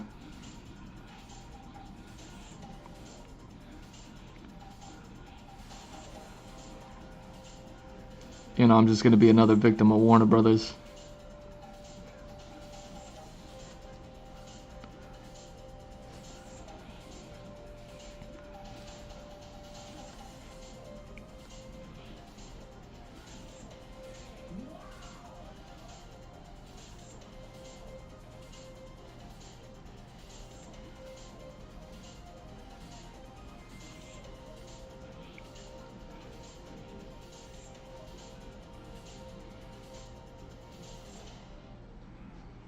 But yeah, I appreciate it. I'll probably, if things go well, I put out a challenge to anyone and everyone out there. Like if I get 100 views on this stream, especially on the earlier half, I'll continue doing the episodic breakdowns and reading some graphic novel, or continue reading that one graphic novel.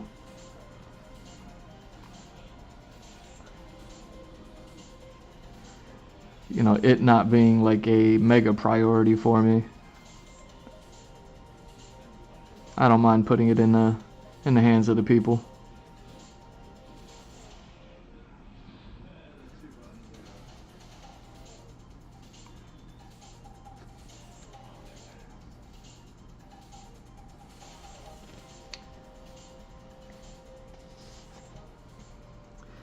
Yeah, I think this look is fitting. See, I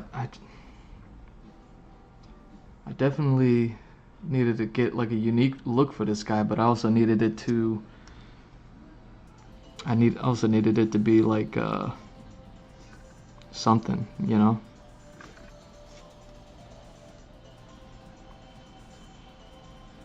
It needed to be reminiscent of other characters here.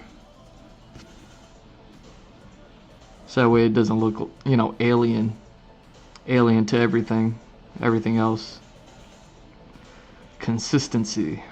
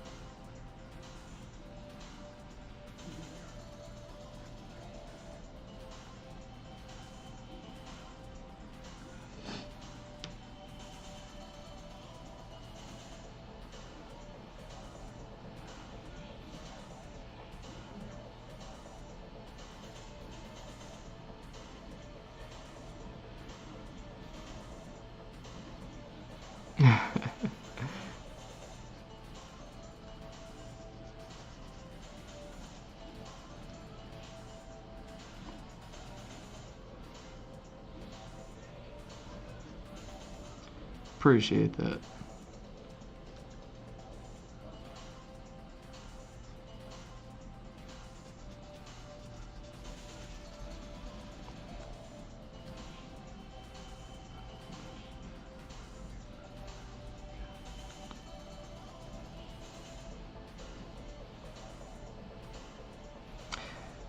Yeah, this might be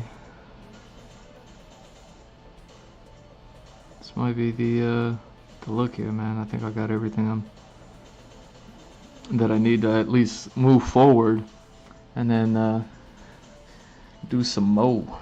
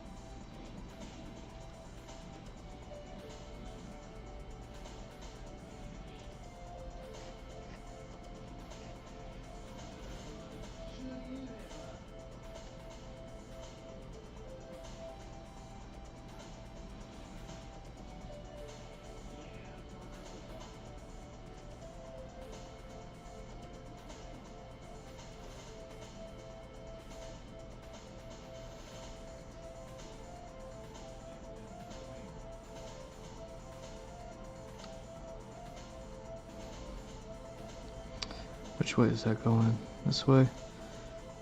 It's going this way all the way to there. I doubt you'll even see it.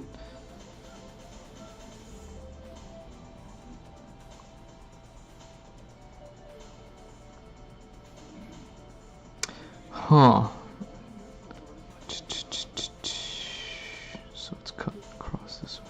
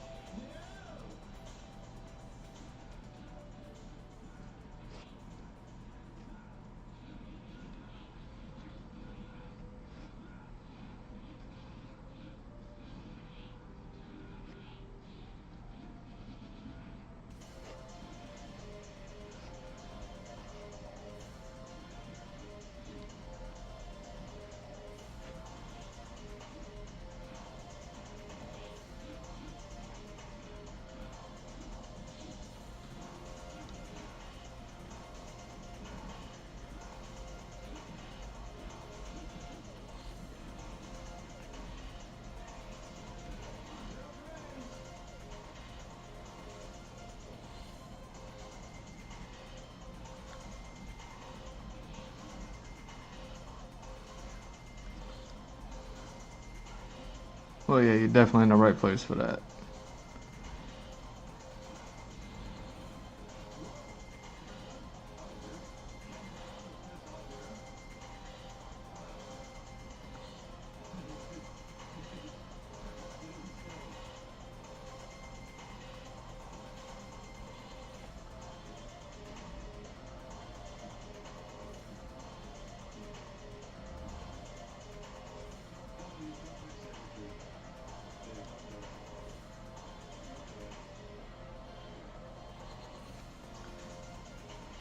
Oh, yeah. Yeah, I definitely think I'm gonna move forward with this. Now.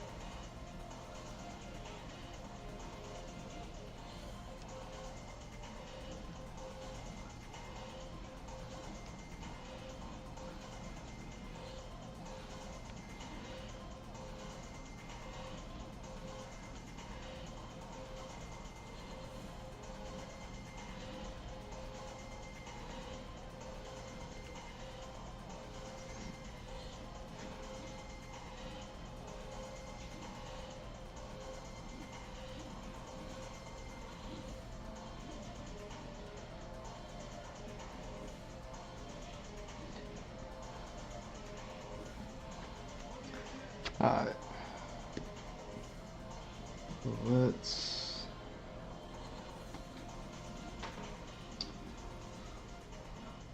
find where that pencil went first.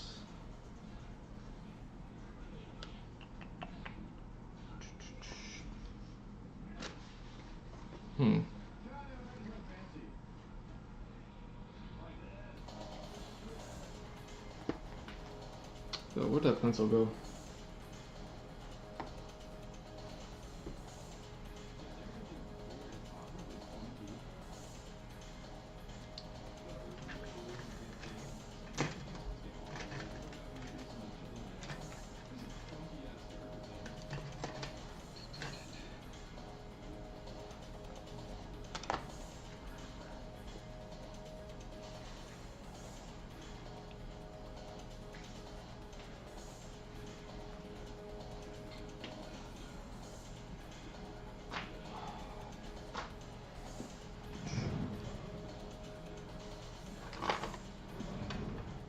Whatever.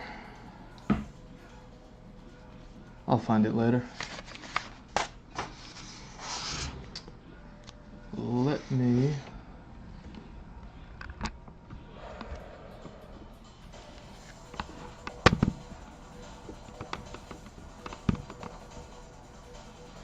set up this next page.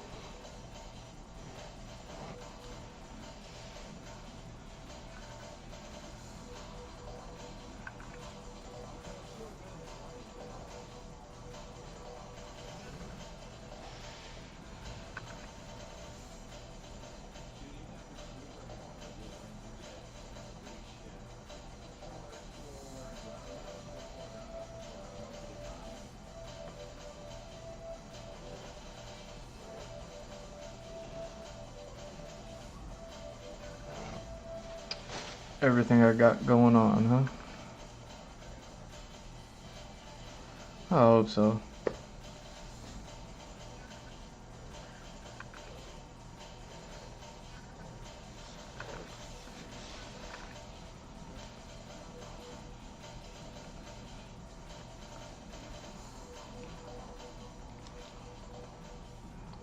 I hope so. You know, after a few years, I've been really putting everything into this.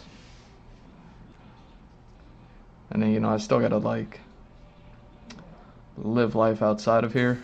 Like, outside of just drawing in these books.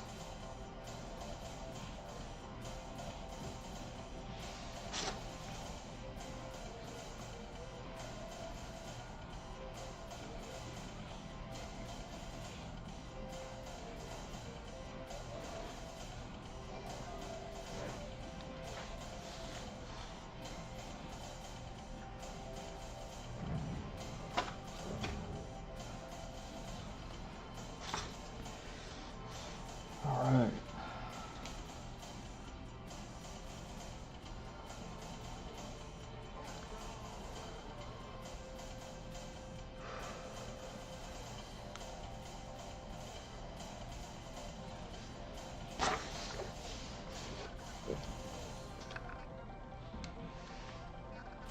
Oh yeah. Let's fix this. Let's zoom in.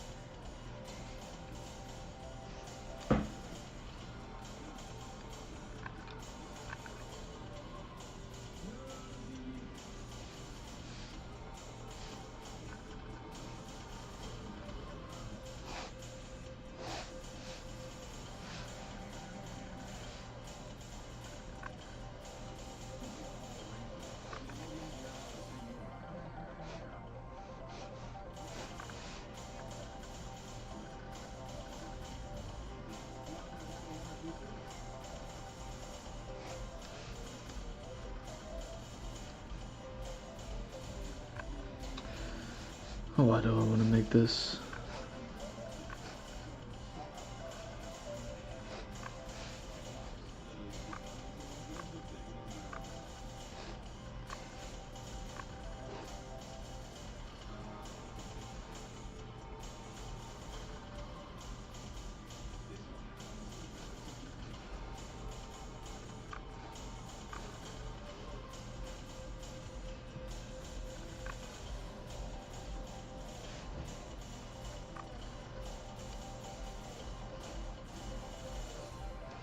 Got a little Dragon Ball Z stance going on over here.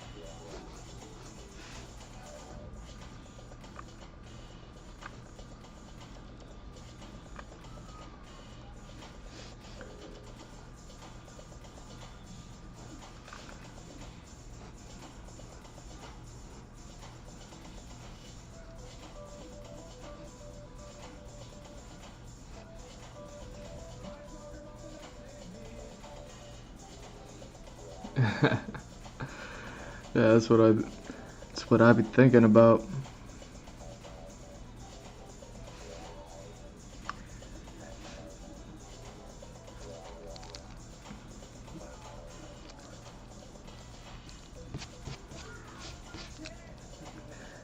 On occasion, on a rare occasion, my hand will begin to like cramp up, and then on those days, that's when I'm like, oh no, oh no, like, you know, I'm not old man, but I'm old man, yeah. Yo, anytime my hand like crumples up and then like I drop the pencil, I'm like, oh no, bad omen.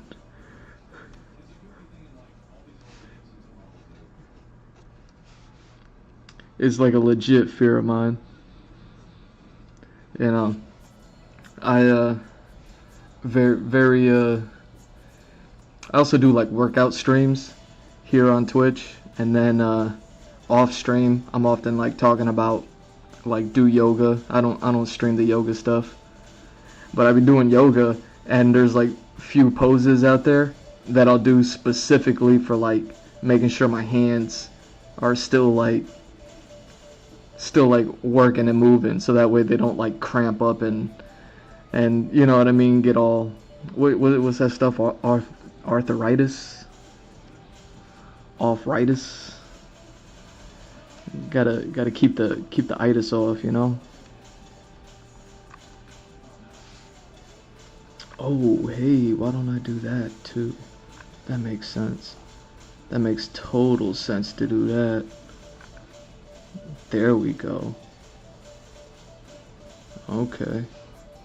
That's what's up. I like that. Simplest things.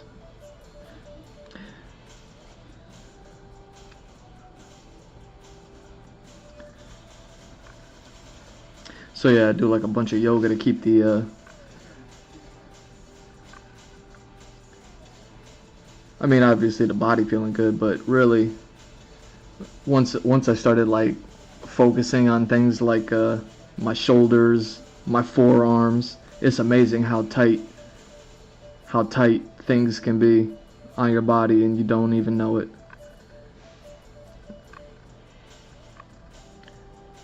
You know what I mean?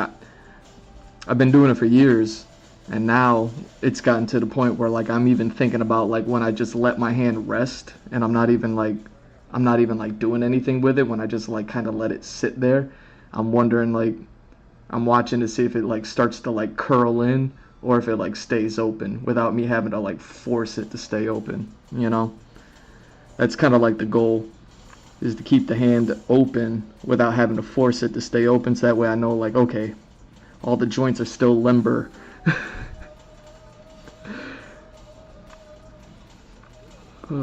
All the nonsense I don't normally talk about. Hand health.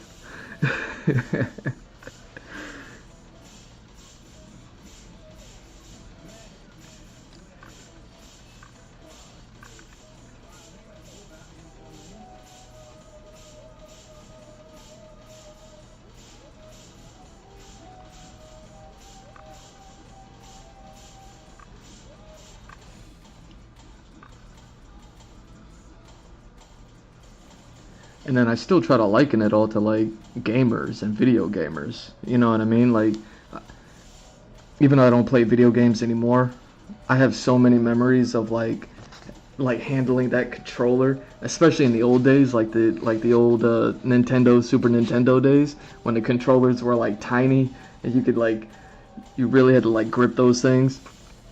Like sometimes your hands, especially if you're playing for like hours on end, your hands would just like cramp up and be stuck in that controller holding position, you know? It's like I even try to push that stuff on like gamers and be like, yo, like yoga. You know what I mean? You got to channel that inner Dalsum.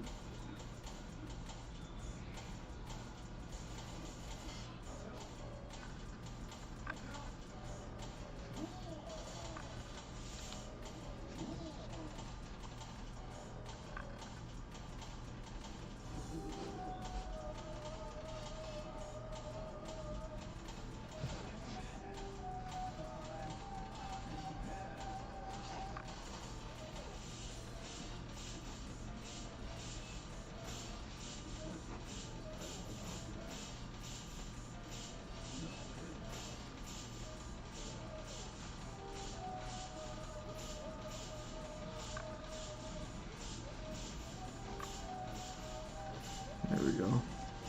That works. That works. See, I still don't have any ideas.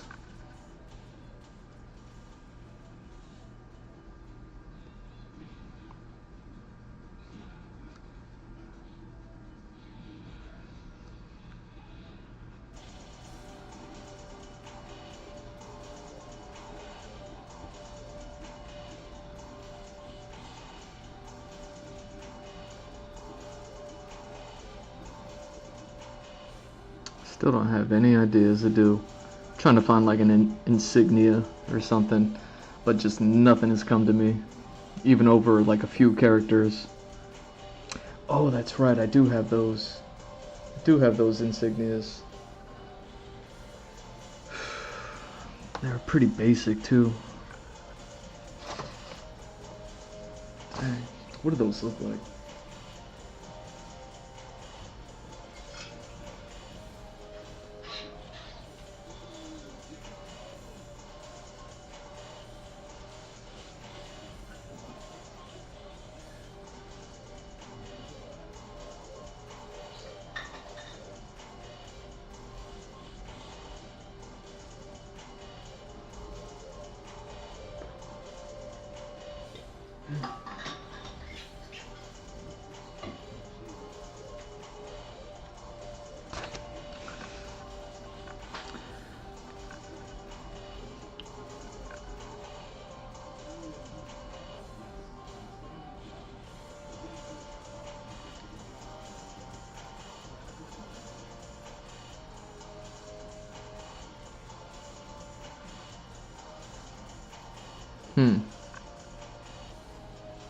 I wonder if there's anything there.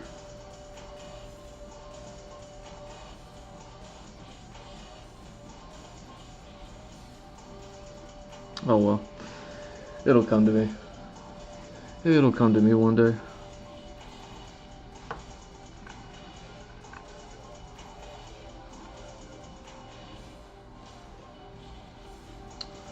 I'm not gonna sweat it for now. Yeah, I'm thinking about like Goku's gi, Krillin's gi, how they had that insignia on the back to represent like Master Roshi's students.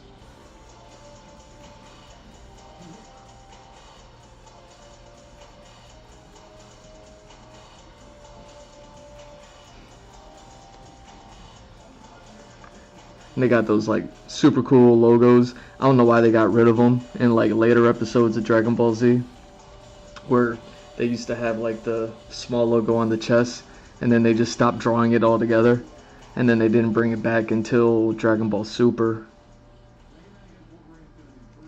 where they started training under Beerus, the God of Destruction, I think, and then they gave him his logo, or maybe it was Wise, whatever his name is. Maybe it was him.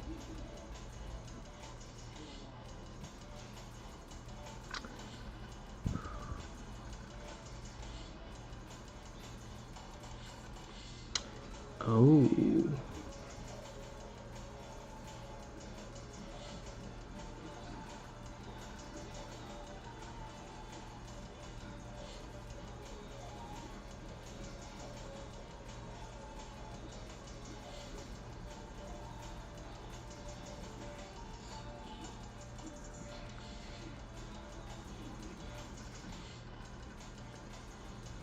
Alright, there's something there.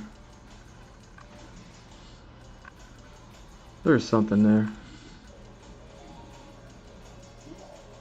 I might want to work on that.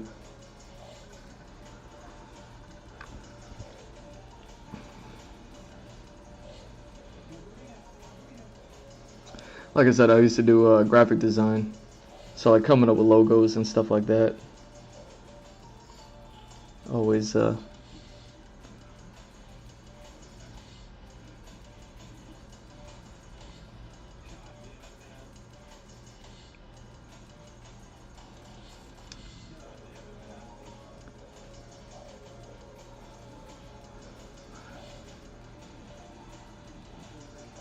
yeah, coming up with like logos and little depictions is always fun.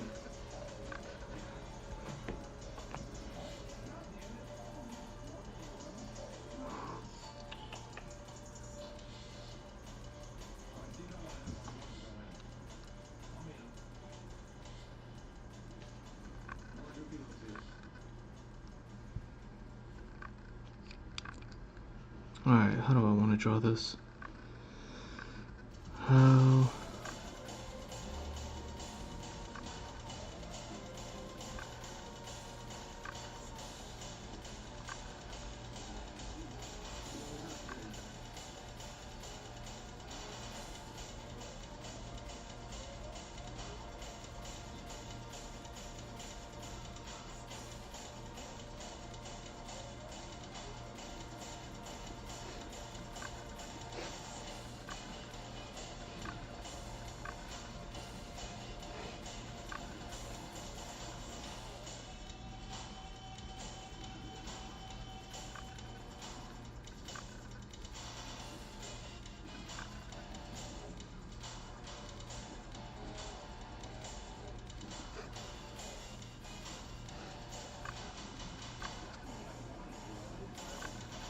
Speaking of yoga,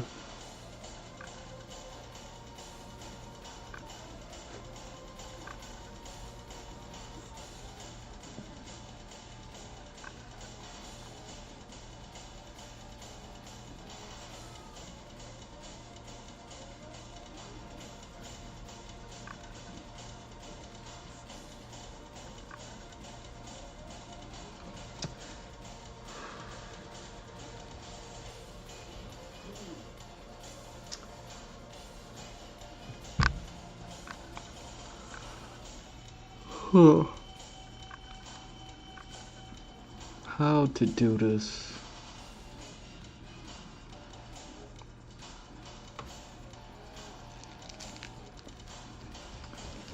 I mean, that's cool, but how to do this?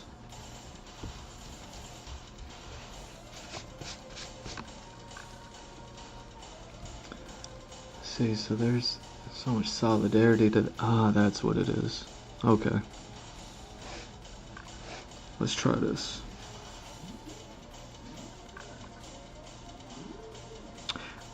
Oh, didn't I do something like this already? Hold on. I gotta go back. I gotta go back.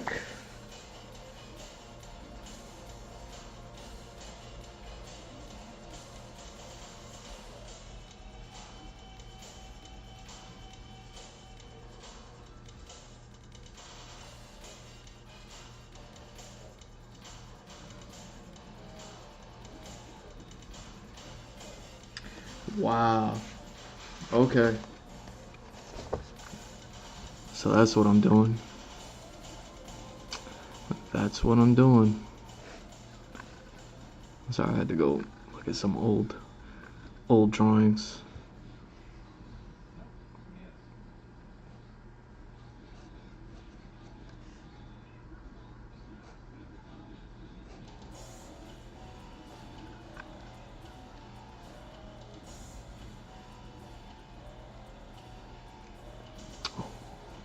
Wait.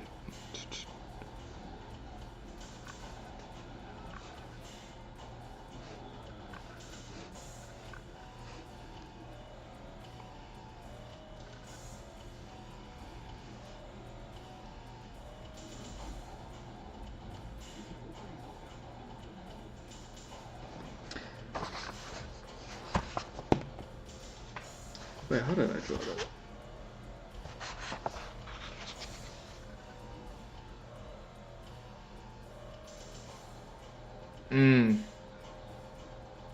Okay. Okay. Yeah, I'll play with this. I'll play with this in a few different ways then. I will play with this a few different ways.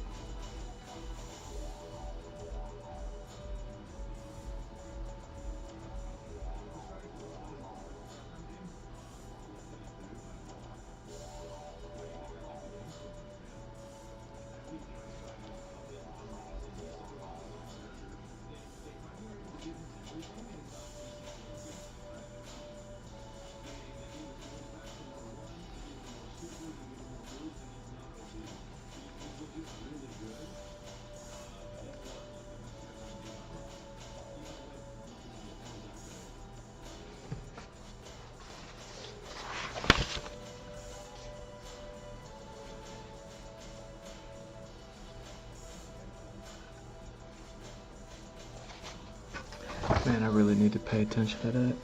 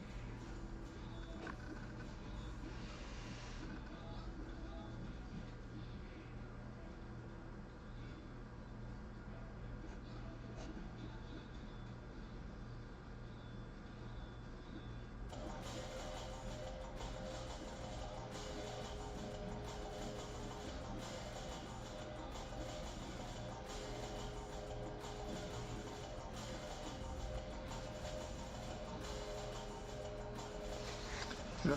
Let's try another one.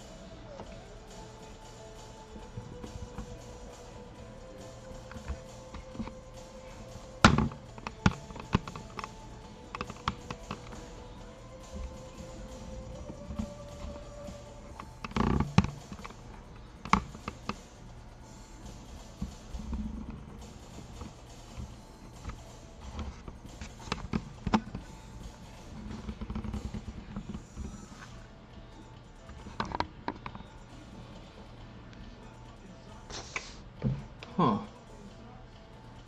Why is it such a struggle to get to this corner over here?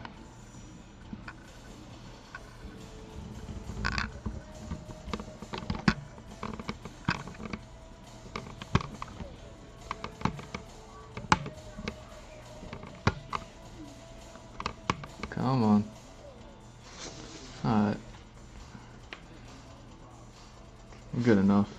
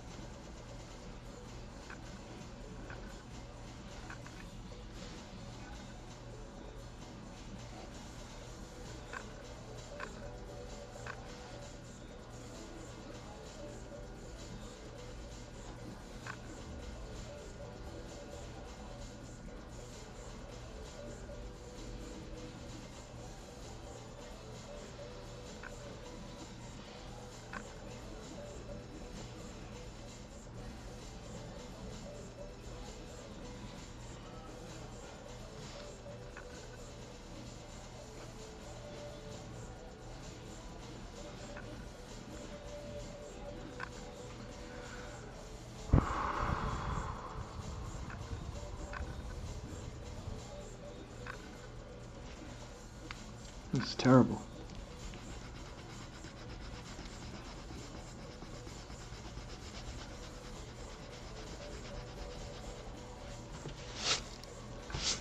Let's try that again.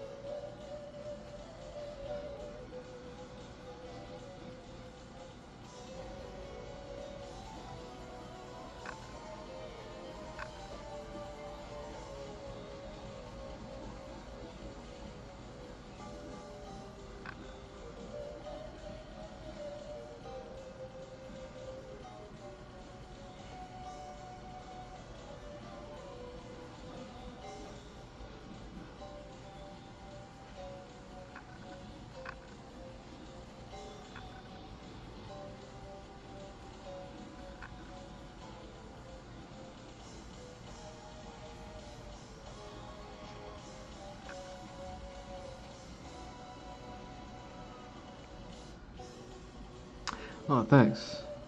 It's not mine. It's some old classic Capcom.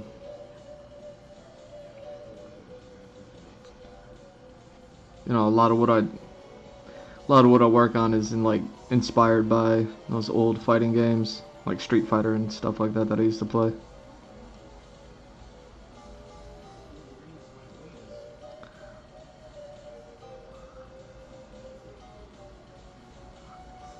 So I try to just let that stuff rock.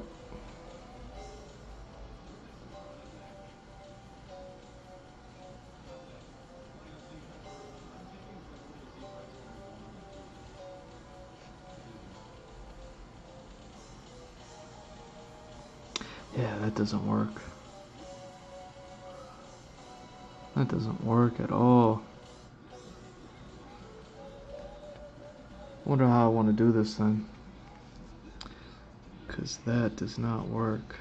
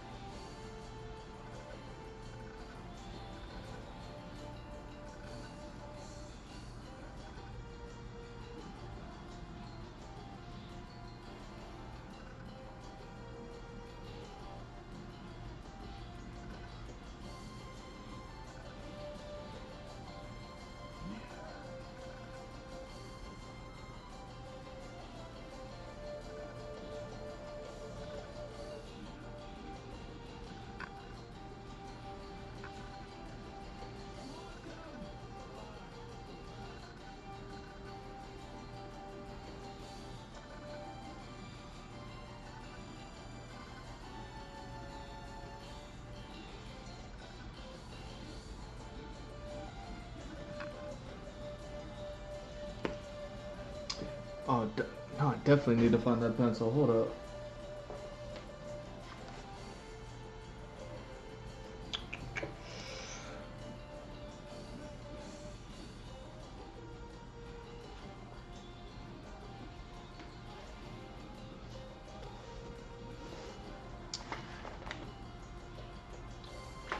Hold on, is that you? No, that's not you.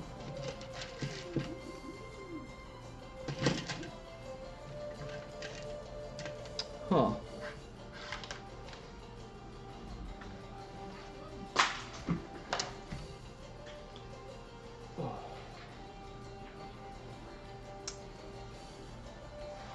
Okay, so you're not there.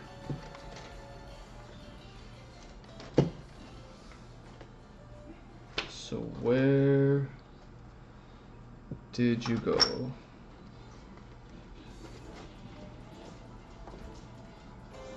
Man, I think a pencil just went and ran off on me.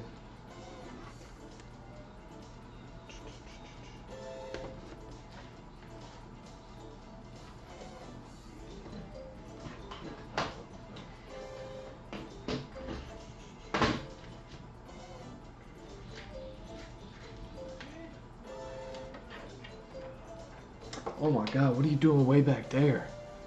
How did you end up way back there? Yo.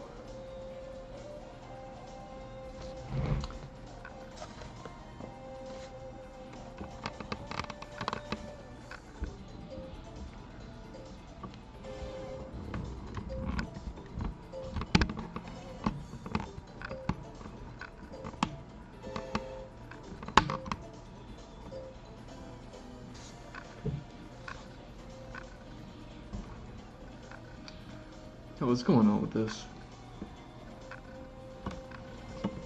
Oh, that's what's going on.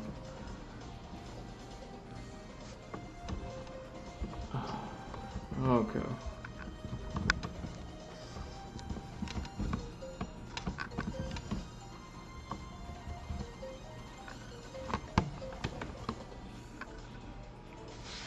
Had a funky armature.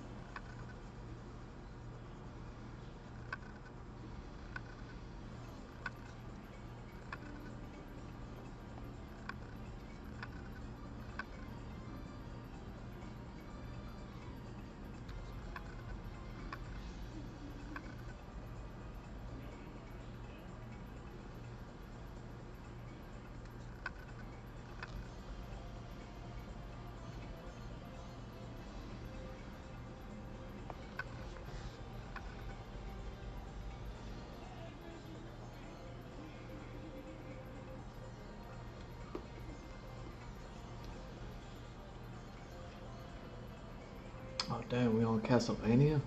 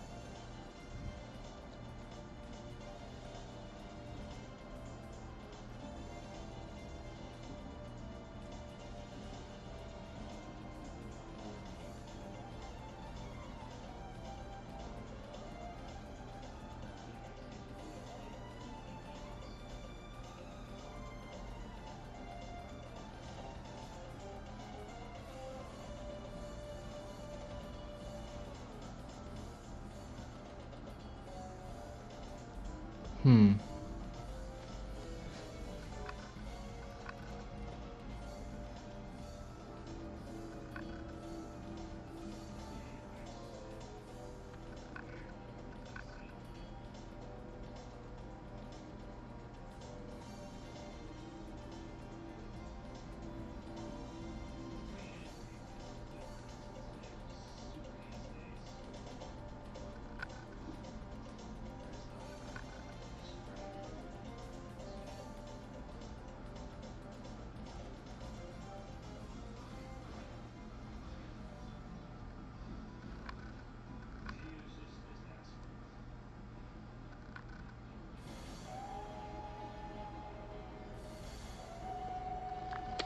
Nah, that's not it either. Alright.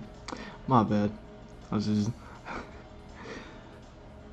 thinking about that insignia again.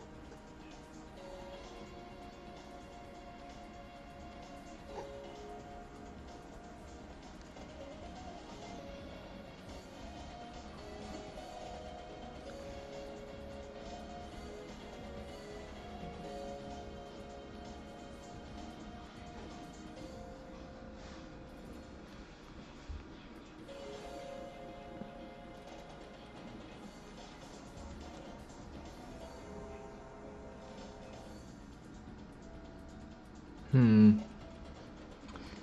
That ain't it.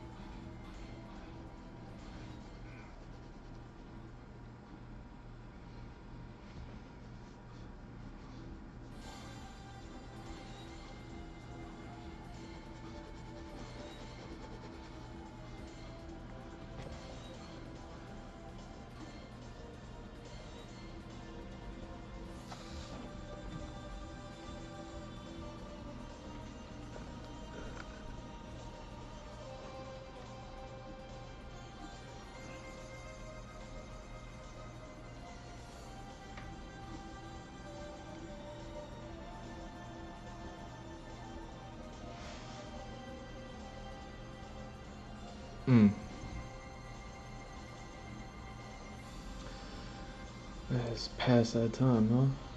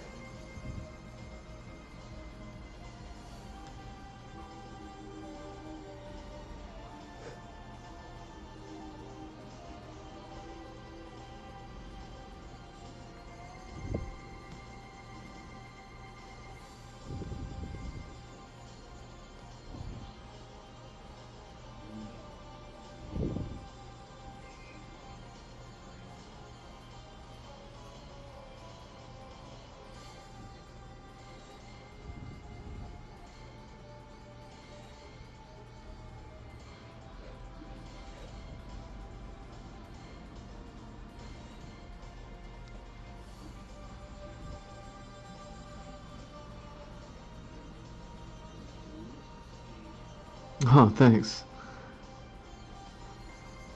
I bet I tuned out for a bit. I just stay working around the house, working a job, doing all this, working out.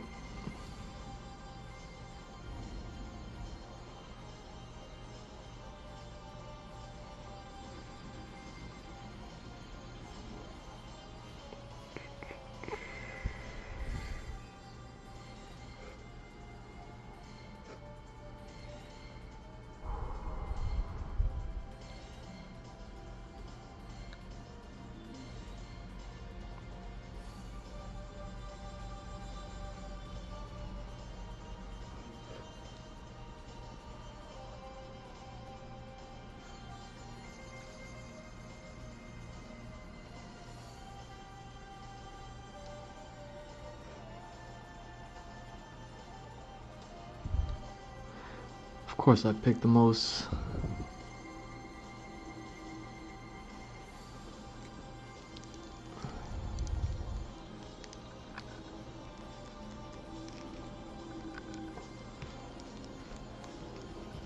Let's try that again.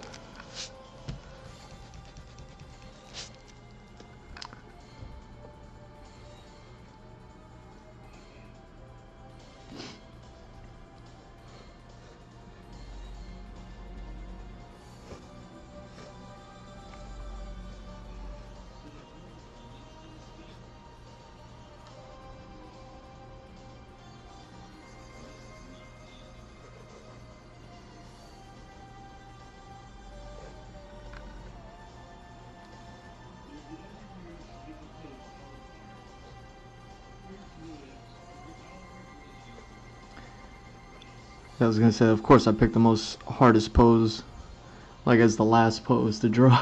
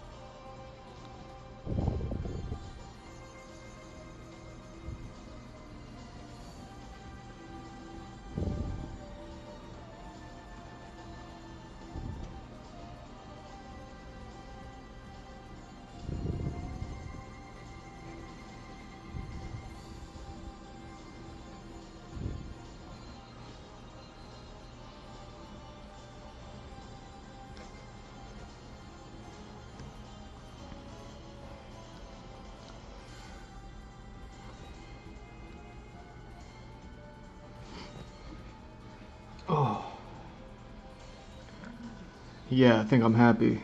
I'm happy with this. I'll be happy to continue with this at some other time, but it is past that time, and what are we over? Well, 5.5 hours. That's nice. Cool. A little bit of a special stream today. What did I even do? I only did one page. Yeah, it was a whole lot of struggle city trying to figure this character out, you know, from the get-go. But either way, I want to thank you for stopping by. Thank you for watching. Pixel, you're the best. And yeah, man, I hope everyone enjoys what little breakdown I did, what little reading I did, and all that good stuff, you know. And yeah, definitely vibing more with the art. You know what I mean? It's just what I do. Anyway, I'm G Mr. Drew. It's at G Mr. Drew on all socials. Follow, like, subscribe, all that good stuff. gmrdrew.art. The website's right there. Check it out. And yeah, that's it. Merch stores, Patreon, get a commission, and other things. Outside of that, love y'all. Peace.